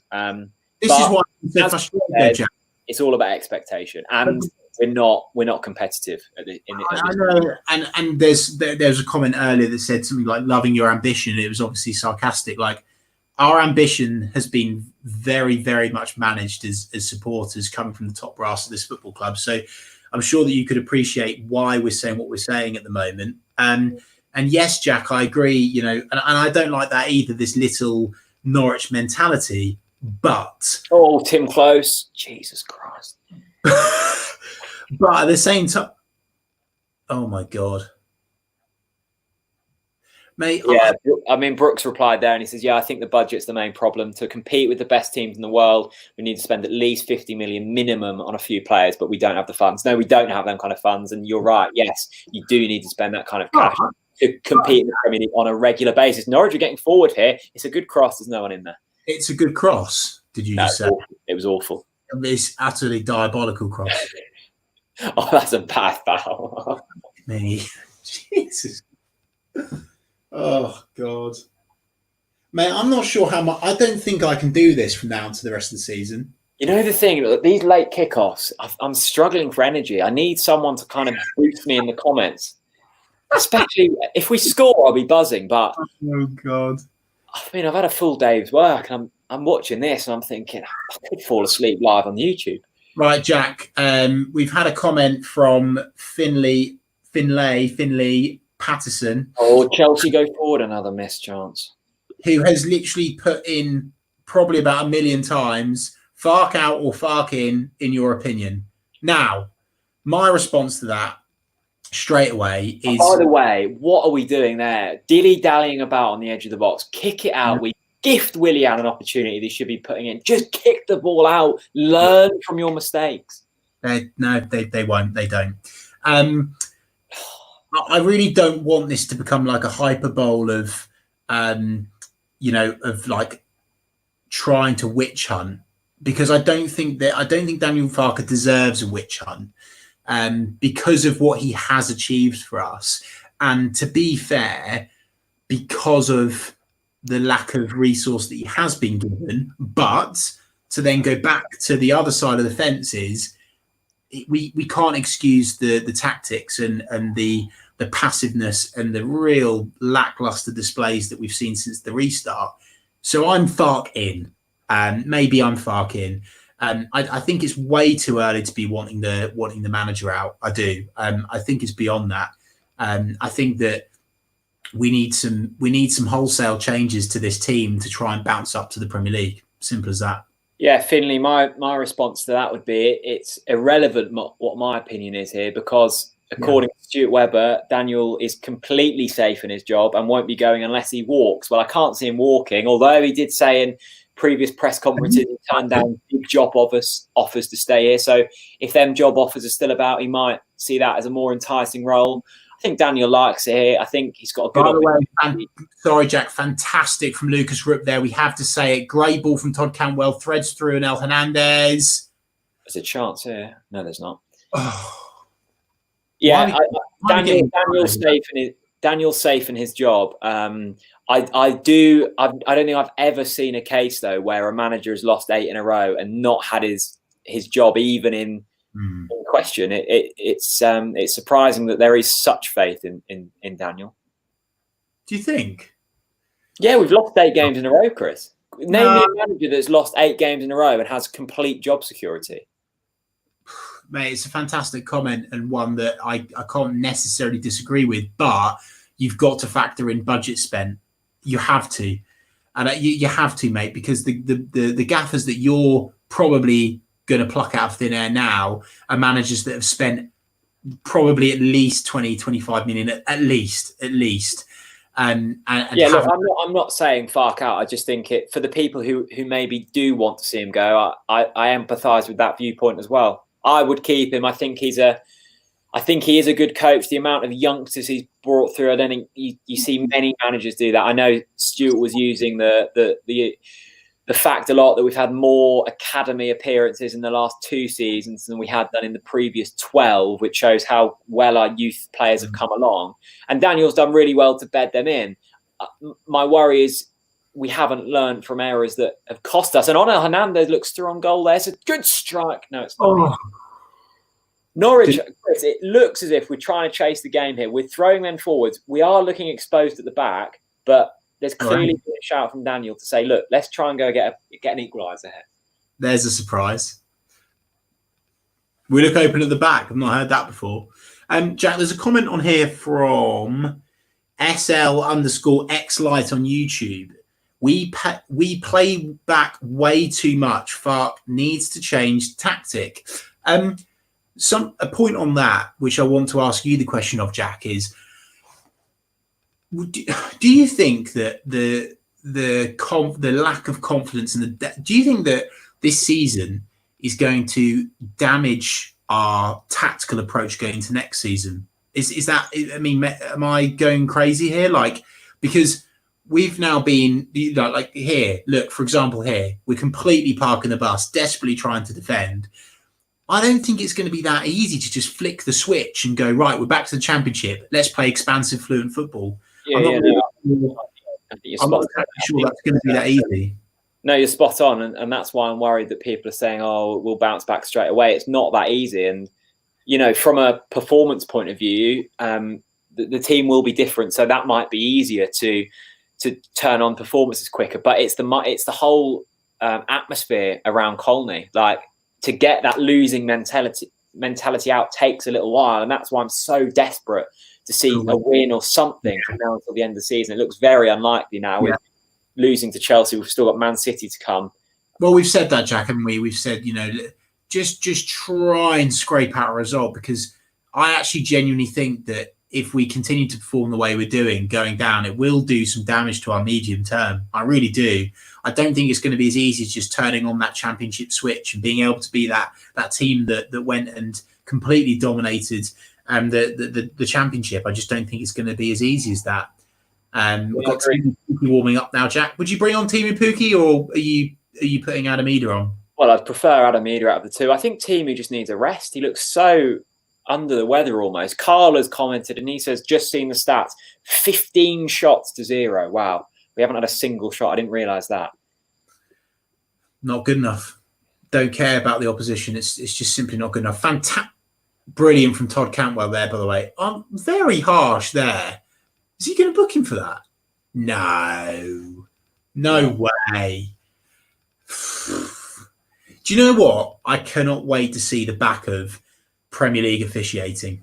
I cannot wait to see the back of it, Jack. What's he been here? Because that's a booking, Chris. He's got the ball. He's got the ball. He's flown into his ankle studs up. Oh, that's a booking. 1 foot, no 2 feet on the off the ground. If that was on Todd, you'd be claiming for a booking. Not if the player got the ball, I wouldn't. Yeah, but maybe it's my opinion. Let me know in the comments. What did you think? He broke his ankle on the follow through.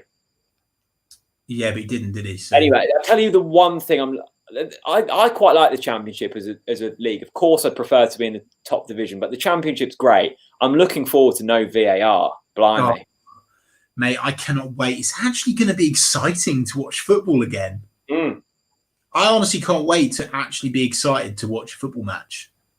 Michael Hoffer says this might be sacrilege, but we miss Sam Byram. Chris, Sam Byram, he's the obvious replacement if Maxi Aarons goes, isn't he? Yeah, without a doubt. Yeah, no, of course it goes without saying. I would give Max whatever he wants to stay at this football club. I think he's an absolutely phenomenal athlete that will be at the very top very, very shortly. We're absolutely blessed to have him at our football club. And I'm sure that we'll massively profit when the inevitable does happen and he does move on. But as you say, yeah, of course, Sam Byron, absolutely. By the way, and that's a foul there, and that's a booking. And let's see whether he gets his cards out. Well done. Give him his due. Well done.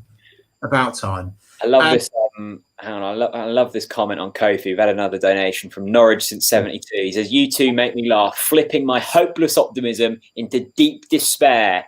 Keep up the good work." Well, apologies for bringing you such misery, but I guess that's realism. Norwich are miles adrift at the bottom of the league. But Chris, we've got a free kick here in a dangerous area. Can we equalise? Oh, Jack, I've got an idea. Do you know what the idea is?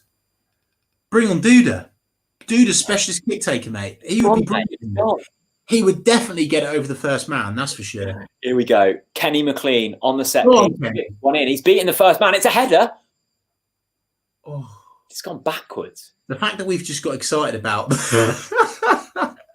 fact that we just got excited about the fact that He's managed to head it backwards. That was quite impressive. Oh my goodness. What are we doing there? Get up, drive. Oh my God.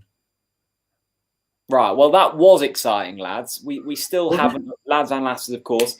We did. I don't think that counts as a shot, though, sadly. So we're still on 0 shots. Oh, God. By the way, this is now, I think, one of our most watch-alongs. Are you joking me? No, there's nearly 1,000 people across both YouTube and Facebook. So thanks to everyone watching. I take it it's just Chelsea fans coming in to see our despair. But yeah, there's. What are you doing? Is the game that bad that you're having to resort to? You're resorting to watching us. That's for sure. We've had a comment here from. I'm going to try to pronounce this, so forgive me if I get it wrong. Umesh. Oh, your comment's gone. And he says Kings Lynn defend better than Norwich. Yeah, we've got that. Well, Kings Lynn, of course, now playing their football in the National League. So flying up the leagues under a certain Ian Culverhouse. Ian Culverhouse. Imagine if he ever comes back to Norwich. Culverhouse and Russell Martin as our managers. That would be delightful. God. Jack, do you know what? I've got an apology to make to you. Go on, then. I tell you what, Norwich are going forward here. That's a horrible. Put it back. We'll have the free kick. There's no advantage, ref. No, this is advantage. Jamal Lewis down the left-hand side. It hits the. Gosh, that's a shot, though. That's a shot. There's another booking here. That was a horrible challenge on Todd Cantwell. I tell you what, we don't want to happen now. One of our, expensive young signings gets injured. That would be a horror show. Oh, that's horrible. That's horrible. It's Christian Pulisic on Todd Cantwell. It's a nasty tackle. That's a booking. No ball. That's a booking. Oh, no, it's Kovacic. Sorry, not Pulisic. By the way, quality. Corner. Kenny McLean doesn't beat the first man. Well, he beats them all. I'll play. Oh, yes, Tete. Superb. Right, okay. Alex says, sell one, keep one, release one. Dermich, Duda, Root. Well, Snog, marry, avoid, isn't it? Yeah, Duda has been released, so that's that. So we've got to keep one and sell one out of Root and Dermich. Well, that's an absolute no-brainer. I'm putting Josip Dermich on a taxi tomorrow, mate. I'm done. I'm absolutely done. I couldn't be more done with Josip Dermich. I'm sorry. So you don't think he's going to rip it up in the Championship then? I think there's more chance of him ripping his jeans than ripping. Oh, that made me giggle. Possession. Okay, well, this is an improvement. We had 29% possession in the first half and 38% in the second half. Woo! Should we give them a round of applause for that? Come on, we've got to stop. Like, we cannot. I've said this numerous times. I'm fed up of putting lipstick on a pig. We're shit. I feel like I'm starting to wind Chris up here, so I'm going to throw another bomb in here. Reese says, hi, guys. I'm an Aston Villa fan and looking forward to playing you guys next season in the Championship. What's your thoughts on Jack Grealish? Chris, what were your thoughts of Jack Grealish's dive at the weekend? Don't say anything too harsh because we are trying to monetize this. So, look, put it this way. I have a few very select words for that man. Don't say anything that he could get his lawyers on you for, please. God, how do I sum up my one word to describe the dive? Do you know what? I'll say something different. All I've got to say about Jack Grealish is his time in Tenerife rolling around on the floor drunk. That's what I've got to say about Jack Grealish. Okay, yeah, I thought the dive was theatrical, to say the least. Mate, that dive was... That was one of the worst I'd ever seen. That is, it's the worst I've ever seen. And if I was an Aston Villa fan, I would be absolutely appalled. But absolutely appalled. They did win the game, so... But and by the way, but then also to flip the coin and give credit where credit's due to Aston Villa, The VAR decision against them the other day, Bruno Fernandes, utter joke. Like literally, honestly, it felt corrupt. It felt corrupt. Well, then they got one that went their way, didn't they, against Palace when the header was disallowed for handball. Oh dear, Hernandez has just been sold for a hot dog there. Dave Bez says, "Are you looking forward to crossing swords again with Rotherham manager Paul Warne?" Well, that's an interesting way to say matching up to Paul Warne next season. But Chris, you've already crossed swords with Paul Warne this season, haven't you? On the podcast, on the TNT audio exclusive. That was a lovely listen to Mr. Warne, or as I like to call him, Warneola. Yeah, mate. Well, thank you very much. I appreciate it. And for anyone that's not, get it out. For what? That was a good effort. What is Kenny doing leaving that there, by the way? Anyway, actually, Jack, this thread's quite nicely back. I was actually apologising to you because I once laughed in your face when you said, I want Paul Warne as the manager of Norwich City Football Club. You know, well, I said he'll be the man that takes us into Europe, and I still stand by that. Mate, if seriously though, on a serious note though, I like, do you know, like, I know that everyone knows that I hate Chris Wilder, but he's a Sheffield United fan. And like, for me, that really gets me going. Imagine Paul Warne taking us to some sort of glory. It would be. No, I think I give it a few years. Wait until he's got Rotherham to the Premier League. But I think once he's done that and he wants a new challenge, I think Warneola will be, leading the troops at Carrow Road. I'd love to see it.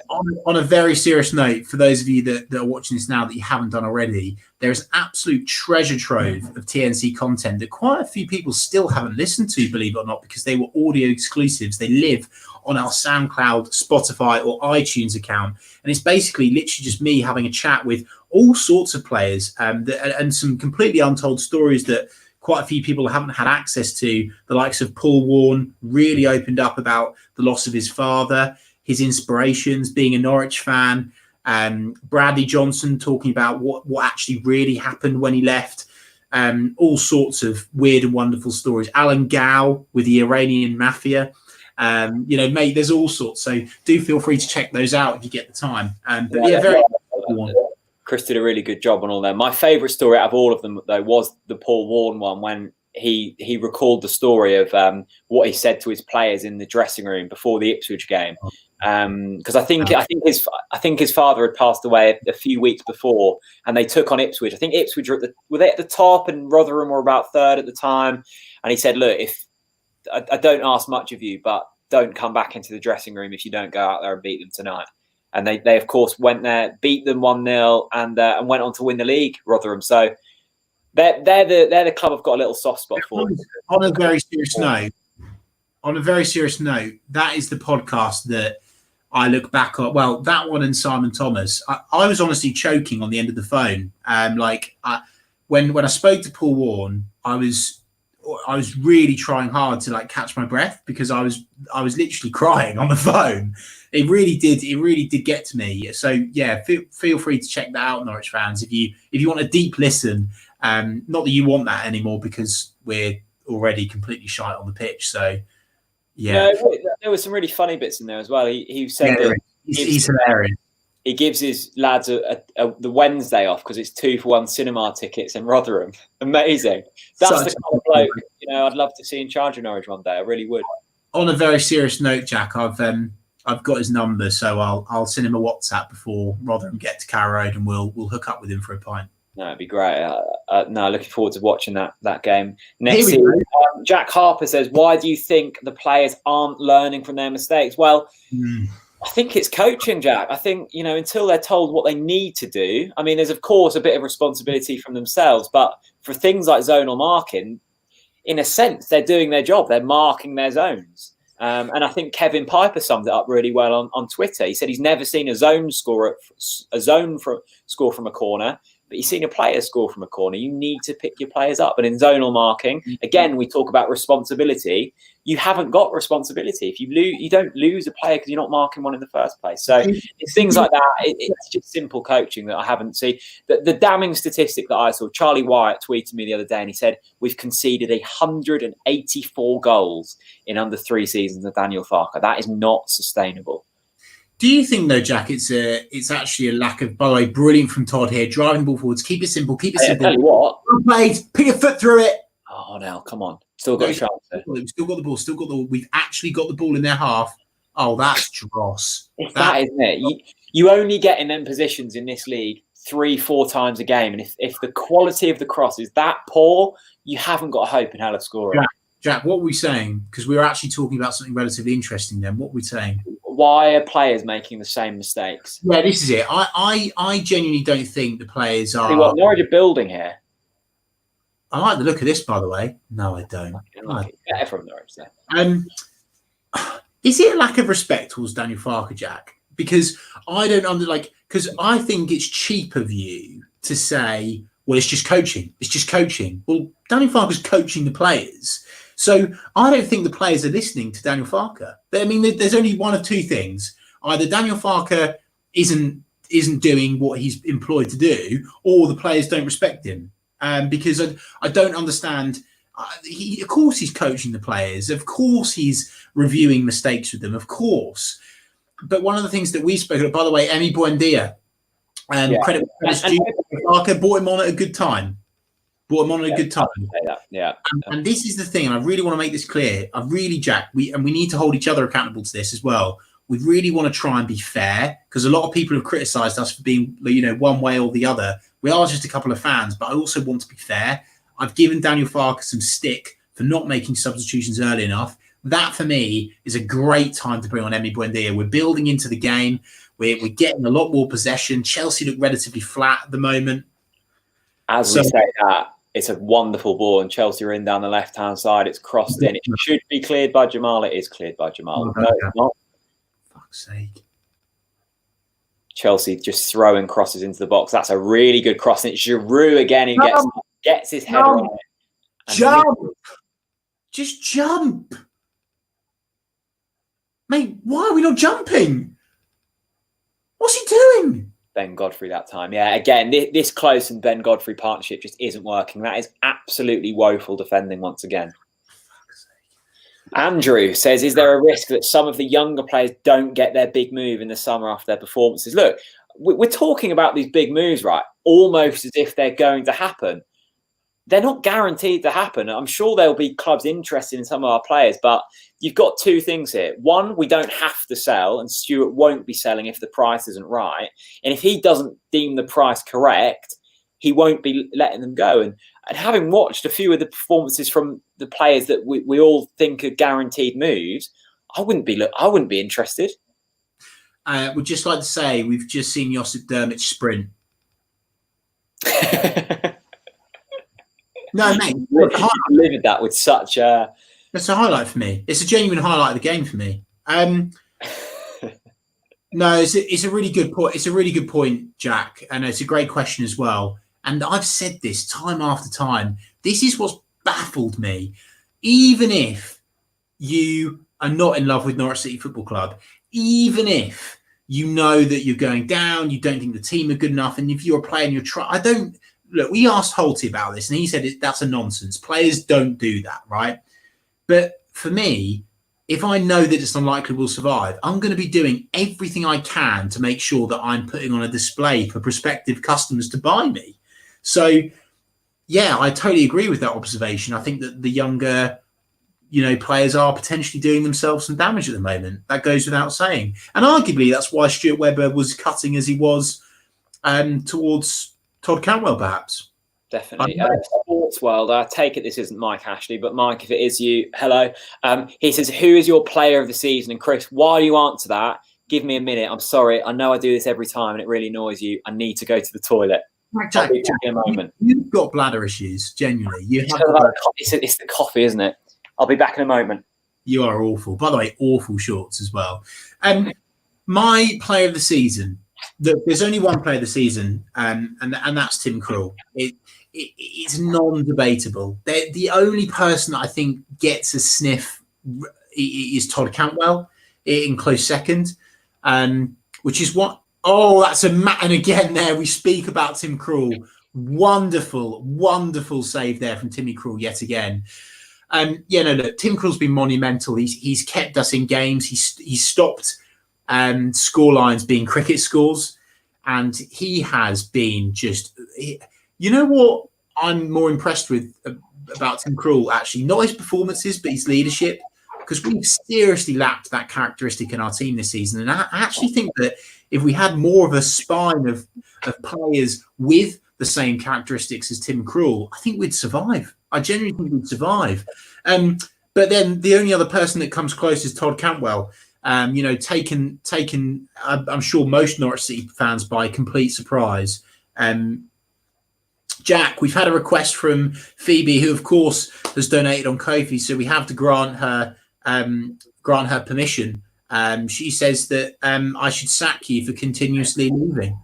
And honestly, I think Stuart Webber speaks very much about players not performing. They'll see the door. And for me, I'm not seeing the attitude and commitment from you in these lives. Time after time, I see you not jumping for headers, and I see you not hitting the first man from corners.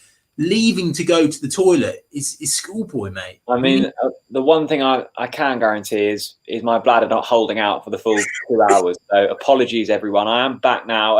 Jez Hull, of course, Jez from Bez. Good to see Chelsea. That's a great save by Tim Krul. Jez says, get Buddy up on screen. Buddy's in the other room watching the game with my mum. I think he's fallen asleep. I have got a cat. I could put a cat on screen. If we get enough comments, I can put a cat on screen. It's got to that level. Tom Colton, he's commented a few times. Hello, Tom. He says we lack big, powerful players. Yeah, agree. We've certainly lacked physicality. And look, we look small, don't we, Jack? We always talks about using your body in the correct way on the football pitch, and it's like with Ben and Tim. Them crosses, they're not jumping. Like, they're powerful players on their day. They're just not getting in the positions to use their power correctly. There are players who possess that kind of power that we need. They're just not using it correctly. It's like having a 4-litre car and taking it through villages, isn't it? You're not going to get the best out of it if you're not putting it in the right areas. I'm not quite sure about that analogy, but I've got so much time for it. I really do have so much time for a shit analogy. I really do. Jack, there's been so many comments asking for the cat, so I'm going to have to get the cat. Yeah, Jack says cat is better than Norwich. Well, look. I'm going to get Lily on. She's my smallest younger cat. Go on then, Chris. Go get your cat. Look, put it this way. I'm pleased that everyone's sticking to saying cat rather than pussy. Because that could, we've probably already been demonetized for that anyway. Get views. Jack, have you got any dad jokes? Says, fucking hell, this is awful. This is such a bad watch along. No. What are you doing? Yeah, we've got any good jokes. Yeah, I have got a good joke, but it's very long-winded. So right, you tell the joke. I'll get my I'll bring on my pussy. Oh, triple sub. Wow. But Hernandez coming off. Okay, I'm gonna start my really long-winded joke. Hurrah, Pookie. Ladies and gentlemen, Josip Drmic has left the field. Right, you go get your cat, Chris, and I'll start my joke. Yeah. So a duck walks into a bar, and the duck asks the barman, "Mr. Barman, have you got any bread?" And he says, "No, sorry, mate, I haven't got any bread. Get out of the pub. You're a duck." Next day, duck goes back into the pub. He's feeling brave. He's feeling bold. The duck goes back into the pub. We have cats. We have jokes. And he says, "Barman, I know you said yesterday you haven't got any bread. Have you got any today?" The barman says, "No, look, I told you, Mr. Duck, we haven't got any bread. Leave my building." The duck, third day, you know what's happening. He goes back into the bar and he goes, "Mr. Barman, have you got any bread?" The barman goes, "No, I haven't got any bread. And if you come back in here, I'm going to nail your beak to the bar." The duck goes, "Okay, I'm leaving. Okay. You haven't got any bread. I'm leaving." Next day, right? The duck goes back into the bar and he goes, "Mr. Barman, have you got any nails?" And the barman says, "No." He goes, "Can I have some bread then?"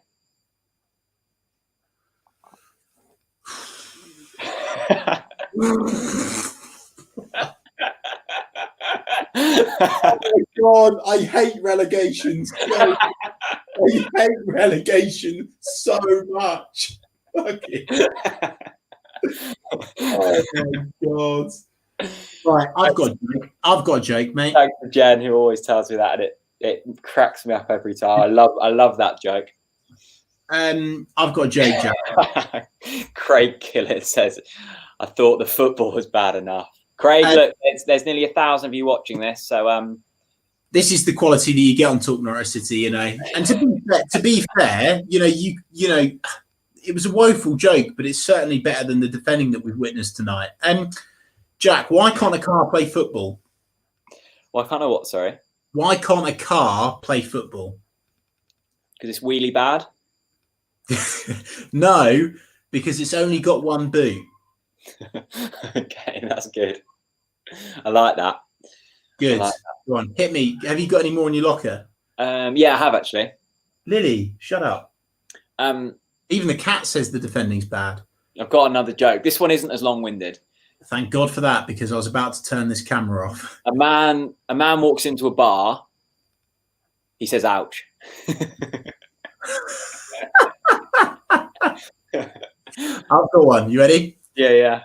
Panda walks into a bar. Okay. Eats, shoots, and leaves.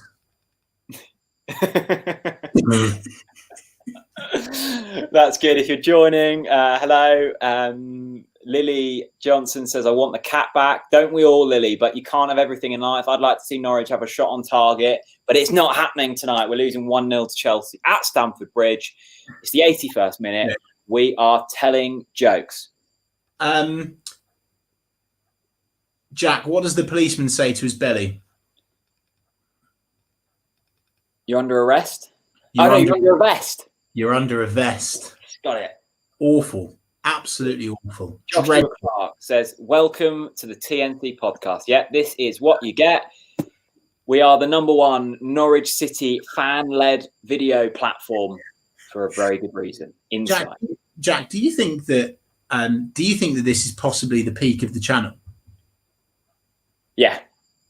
I mean, I can't, you know, we've interviewed Webber and Hernandez this season, Todd Cantwell before the season starts. But for me, that duck joke is well up there.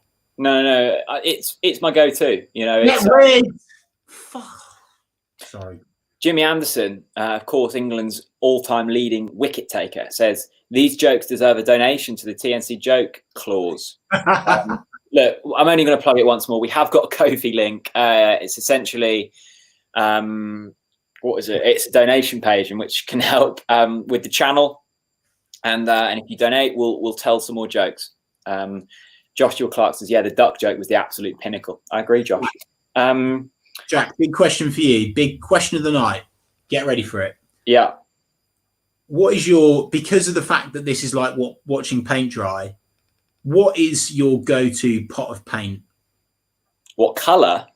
Yeah, what's your go-to? Like if you had to paint your room right here, right now, what colour would you paint it and why? Well, having seen your office at home, I quite like grey. Wow. You painted your room grey, didn't you? Mr. Grey. Yeah, indeed. Oh God, this is dreadful. Okay, here's a question related to football. Brooke Hinton. Oh, that's a cross from Chelsea. Hernandez is by far our best all-rounded player in the squad, but we don't play him every game. I've never understood. He's got strength, pace, works back, and wins possession, and can finish. Brooke, I really like Onel. I just don't think he's got the quality in the final third that the Premier League needs. However, in this current squad, yes, I would be playing him. But if we want to be scoring more goals and creating more chances, I think we need a player with a bit more quality in the final third. I think he looks a bit erratic when he gets into them positions and rushes things a bit. That's all I'd say. He's a great player, though. He'll rip the championship up, that's for sure. Jack, we've got some big comments in off the back of our paint discussion. James Youngs on YouTube says, Dulux paint charts, I'm done. James, you're not the only one that's done. For me now, this isn't, this watch long isn't about informative, insightful content. This is get rid for. We talk about being fair. That's a wonderful challenge by Ben Godfrey. That's a great cross, but from Willian Giroud. Giroud has had so many chances tonight. Just stop the cross. Look how open we are. Why is Adam Ida at left back? Where's Jamal? Why are we parting like the Red Sea? It's like Jesus Christ is walking onto the pitch every time they get it in our third. What are we doing? I don't get it. I literally don't get it. There's so many things going wrong. There really is. Well, there's a big show here. I'm furious at this. I'm absolutely furious at this, and I've got to correct it as soon as possible. Max Montgomery on YouTube, wrong. Point blank, factually wrong. This man said Hernandez wouldn't do it in the Premier League, and now he's begging for mercy because he hasn't. I stand by the point. He hasn't done it in the Premier League. Anyway, he's got one goal. The point is, I backed Daniel Hernandez from day dot. He is a great player that has not been utilised in the right way this season and has been disrespected by many, despite the fact that he's the only person that looks like he's actually wanting to play the Daniel Farke way, supposedly. So look, I go off of evidence, and I haven't seen enough assists or goals from him. You what, sorry? I go off of evidence, and I haven't seen enough goals or assists. I think he is a good player. I don't think he's got quality for the Premier League. We've not seen that at all, though, from anyone, mate. Well, I know, but you can't then say, Hernandez has ripped the Premier League up when he hasn't. No, I didn't say that, Jack. Anyway, Marco Stiepermann, Crabsello in the Championship. Yeah, bang up for that. Gaz McGinty says it's 5 a.m. in Western Australia and have no energy. I start work at 7. That's grim, Gaz. Get back to bed, mate. Make yourself a quick Horlicks. Get back to bed. Don't worry about Norwich. We're going down regardless of if we concede a second or not. Go back to bed and wake up in lovely Western Australia, wherever you are, Perth, wherever you are. And Jack, big comment here, and I've just injected it straight into my veins. Oscar Pilcher King, late min screamer, Norwich. I've got so much time for that, and I'm backing it. I'm backing it right now. Okay, so if we're going off Oscar's prediction, we've got 3 minutes to score the screamer. Who's scoring it? Yeah, that's a good point. Hernandez, is it?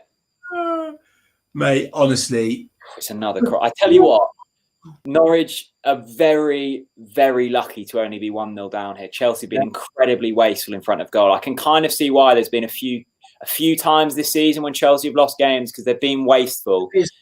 Abysmal defending there. No, Emmy, you touched him there. Fuck. Oh, God. Oh, dear. Okay, so everyone is saying, James says Ida, 93rd minute. Starstream says Ida. Ooh. Kieran says Adam Ida. Okay, so the Adam Ida, I need to get his name right. Adam Ida, 90th minute screamer. We're all backing it. Let's hope it happens. You know what I'm going for, Jack? Adam Ida bicycle kick. Oh, I take that. Lucas Roop has been substituted. Good showing from Mr. Roop tonight. Yeah, it was okay. Josh Martin's on. Love to see this. What do you mean by good showing, Jack, please? Just slightly above the poor average that we've set this season. Free kick for Chelsea. Did that hit the post? Oh, that Tim Krul tips it onto the post there. Absolutely exceptional goalkeeping. Superb. Thanks to everyone who subscribed during the stream. We do go live during or after every single Norwich City game. There's not many games left this season now, so make sure you subscribe. We are nearing 18,500 subscribers, so get involved. Thank you. I promise it's this. Okay. We say we only go off evidence, and according to this, Onel Hernandez is one of our best players. Onel is City's joint third highest Premier League goal scorer with 1 goal. I take everything back what I've said. Aaron Brazier, look, Onel, let's build a statue. He scored 1 goal. That's our third best return in the Premier League this season. Dennis Trebeni is level pegging, mate. Dennis Trebeni is, of course, scored a fantastic goal against Everton, absolutely exceptional side. So, look, if anything, I would say potentially we consider. Here's one for you, Jack. Do you get the icon back in the mix in the Championship? You know my thoughts on that. I'd have back in an instant. This is breaking news from Julius Magnusson. Josip's Instagram is banned. Chris, have you got anything to do with that? Is it actually? Apparently, according to Julius. Well, I'm not surprised because the amount of oh God, how do I say this without? Don't say it. The amount of adult content in his music videos, it doesn't surprise me that his Instagram account would be banned. What's Pookie doing there, by the way? Oh, God knows, mate. Pookie's looked so off the boil. He's the last season, he was a piping hot Yorkshire tea. This season, he's a lukewarm PG Tips.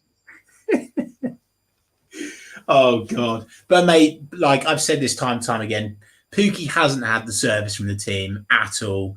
He's not had crosses to jump onto. He's literally the only person that's been supporting him has been Todd Cantwell. This passing, man.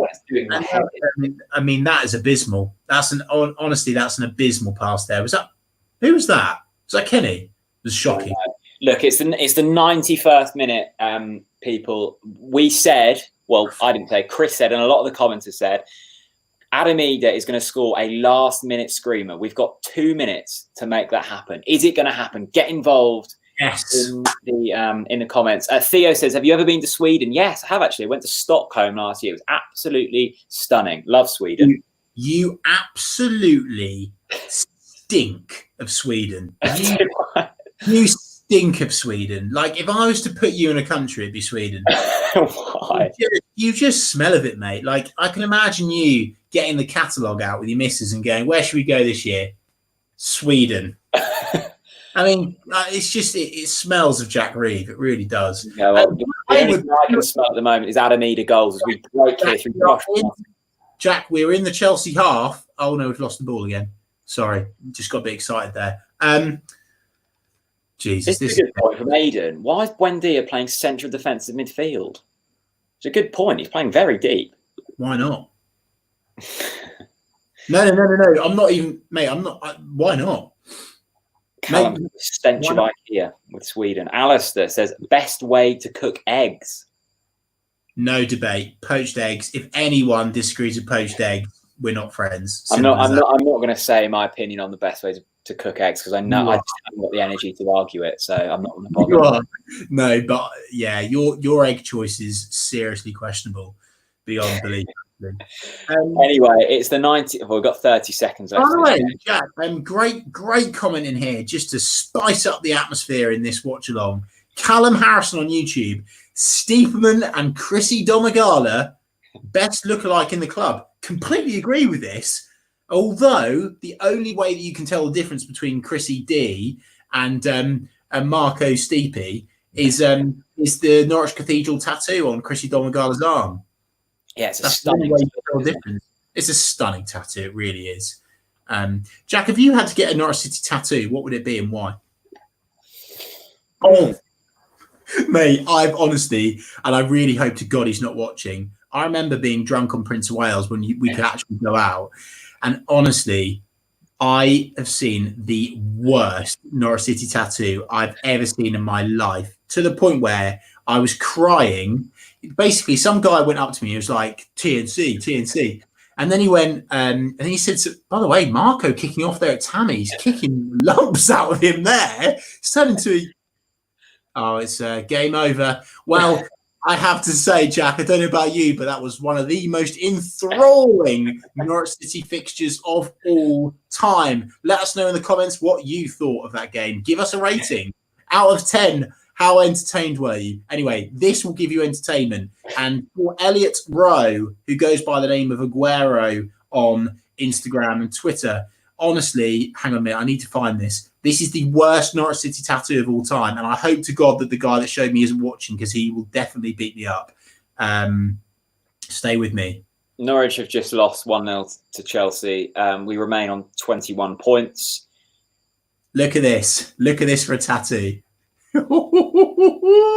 This is abysmal. What bit is that? The leg? Mate, honestly, this guy basically, right? So I'm fairly tiddly on Prince of Wales, and he goes, "Oh yeah, TNC," and he was like, "I bleed yellow and green," and he almost like wanted to prove it to me that he was like bleeding Norwich City. So he was like, "Put up my trouser leg," and I was like, "What?" He's like, "Put up my trouser leg," and I was just crying with laughter because I couldn't believe it. He was like, anyway, he's like, "Look, I've got a Norwich City tattoo. I bleed yellow and green." So anyway, I'm trying to pull up this guy's. He's wearing skinny jeans, and I'm eating like chicken from Piccolo's, and I'm like half cut, so I'm all over the shop. And this guy whips out this tattoo, and honestly, I swear to God, I've never cried with laughter so much in my entire life. Yeah, it was honestly absolutely abysmal. I'd get icon on my back, like as the letters just tattooed on my back. Oh dear. Okay, well, someone said yeah, go on. Someone said, Chris, you said it was going to be a cricket score, 1-0, not so bad. Yeah, what did you think of that game? No, on a very serious note, Alistair, I have to agree with you. We actually managed to not be embarrassed, which I'll take. I'll take a 1-0 loss. Yeah. Isaac says, stop criticising Dermot. He's almost as good as prime Henry the Hoover. Yeah, nice. We do need to be a bit careful with Josip, actually, bless him. Maybe we're going. Umesh says he'd get Mbakani's face tattooed on his chest. Yeah, by the way, this is such a good discussion, right? This was the worst match, like this was dreadful. Like, at least with West Ham, we were entertained by Antonio tearing us to pieces. This was awful. So here's the question to everyone in the comments. We're not talking about the game anymore. The game's done. We knew it was going to happen. Let's talk about what Norwich City tattoo would you get? Like, we want to hear your suggestions, or maybe the worst, the best and the worst. I think Mbakani's a great shout. I think Icon from you, Jack, is also a great shout. For me, I think a tattoo of Antoine Sibieski on my kneecap really appeals to me. Yeah, quality player, really quality player. Nathan says, Farke at the final whistle smiling like he's embarrassed. Look, I think Farke knows it's... He's always smiling after the final whistle, Nathan. He's always smiling after the final whistle. Yeah. Banter Ray says he'd get Jos Højbjerg tattooed on his face. Wow. Banter Ray, that's quite the statement. It really is. Malm says I'd get a tattoo of a headband on my head in tribute to Gary O'Neill. Yeah, what a legend, Gary O'Neill. Taylor Rush said he'd get either Josip or Marley Watkins tattooed to him. Marley Watkins, by the way. My God, I forgot. I literally forgot about him. I wish you hadn't brought him up, actually. We sold him for a profit, Chris. By the way, absolute deal of the century, without a doubt. Honestly, we absolutely mugged them off big time. I cannot believe we managed to get a profit on him. Phoebe Langdale said she'd get Delia sitting on a perch with a canary on her head with Michael Wynne-Jones standing next to her smoking a cigar. That sounds like a real piece of art, that, Phoebe. Yeah, no, I'm backing that. I mean, let me know if you do a design. I'm quite interested in that myself, actually. I'm going to get the lyrics to Cinderella by Josip Dermich across my left pec. I was very close there. A tattoo of Chris Reed barking at Dermich. Oh, Chris, God. Let's wrap things up then, because I'm sure people have please. Things to be getting on with this evening. It's 10:15. It's past my bedtime. Thoughts on that? So shit. Mate, I don't have anything to say. Like, it's like same mistakes, not doing the basics, shoddy defending, Tim Close not jumping, starting Switzerland's best DJ over Adam Eder, which is criminal. Didn't come out for the second half. The same old. No changes at all. Disappointing, flat, boring, completely fed up of it. And I think now, and I think the chap that commented last, sorry for forgetting your name, is completely right. I said it was going to be a cricket score, and it wasn't. So credit where credit's due. The boys didn't embarrass themselves tonight, apart from maybe Tim Close by not jumping for the ball. Yeah, that will be that. Jack, if we've had a request by Marcus, play some Dermich bangers. Will we get done for copyright for that? Yeah, let's. I mean, there's probably one thing worse that can happen after a 1-0 defeat, and that's get TNC taken down for copyright. Look, Dermich hasn't delivered on the pitch tonight, but if you do want him to deliver, then maybe head over to his YouTube channel and stream Cinderella. Because be careful, though. Don't watch it next to your girlfriend. I warned you. I warned you. That's all I'm saying. There we go. Abby Rose. This is a good way to go out tonight. Abby Rose is dreading Man City. Yeah, we still have Man City to play. And that could well be a cricket score. With that being said, thank you everyone for watching. Thanks to everyone who's donated. If you haven't already and feel generous, then the link is in the description. You can donate £3 and that really helps. Chris, thank you, mate. Good to see you again. Yeah, well, Jack, thanks for keeping me sane. I just want to say a massive thank you to everyone watching, because this has been by far the worst piece of content that we've ever done in the history of the channel. So if you've watched this all the way through, you are an avid TNC fan, and for that, I salute you. Yeah, no, thanks to everyone once again. Thanks to everyone who subscribed. By subscribing, you will get notified every time we go live, and that, well, you can see more of this wonderful content. We will see you again very soon. Stay safe, stay sane, and we'll see you all again. Bye-bye. On the ball, City!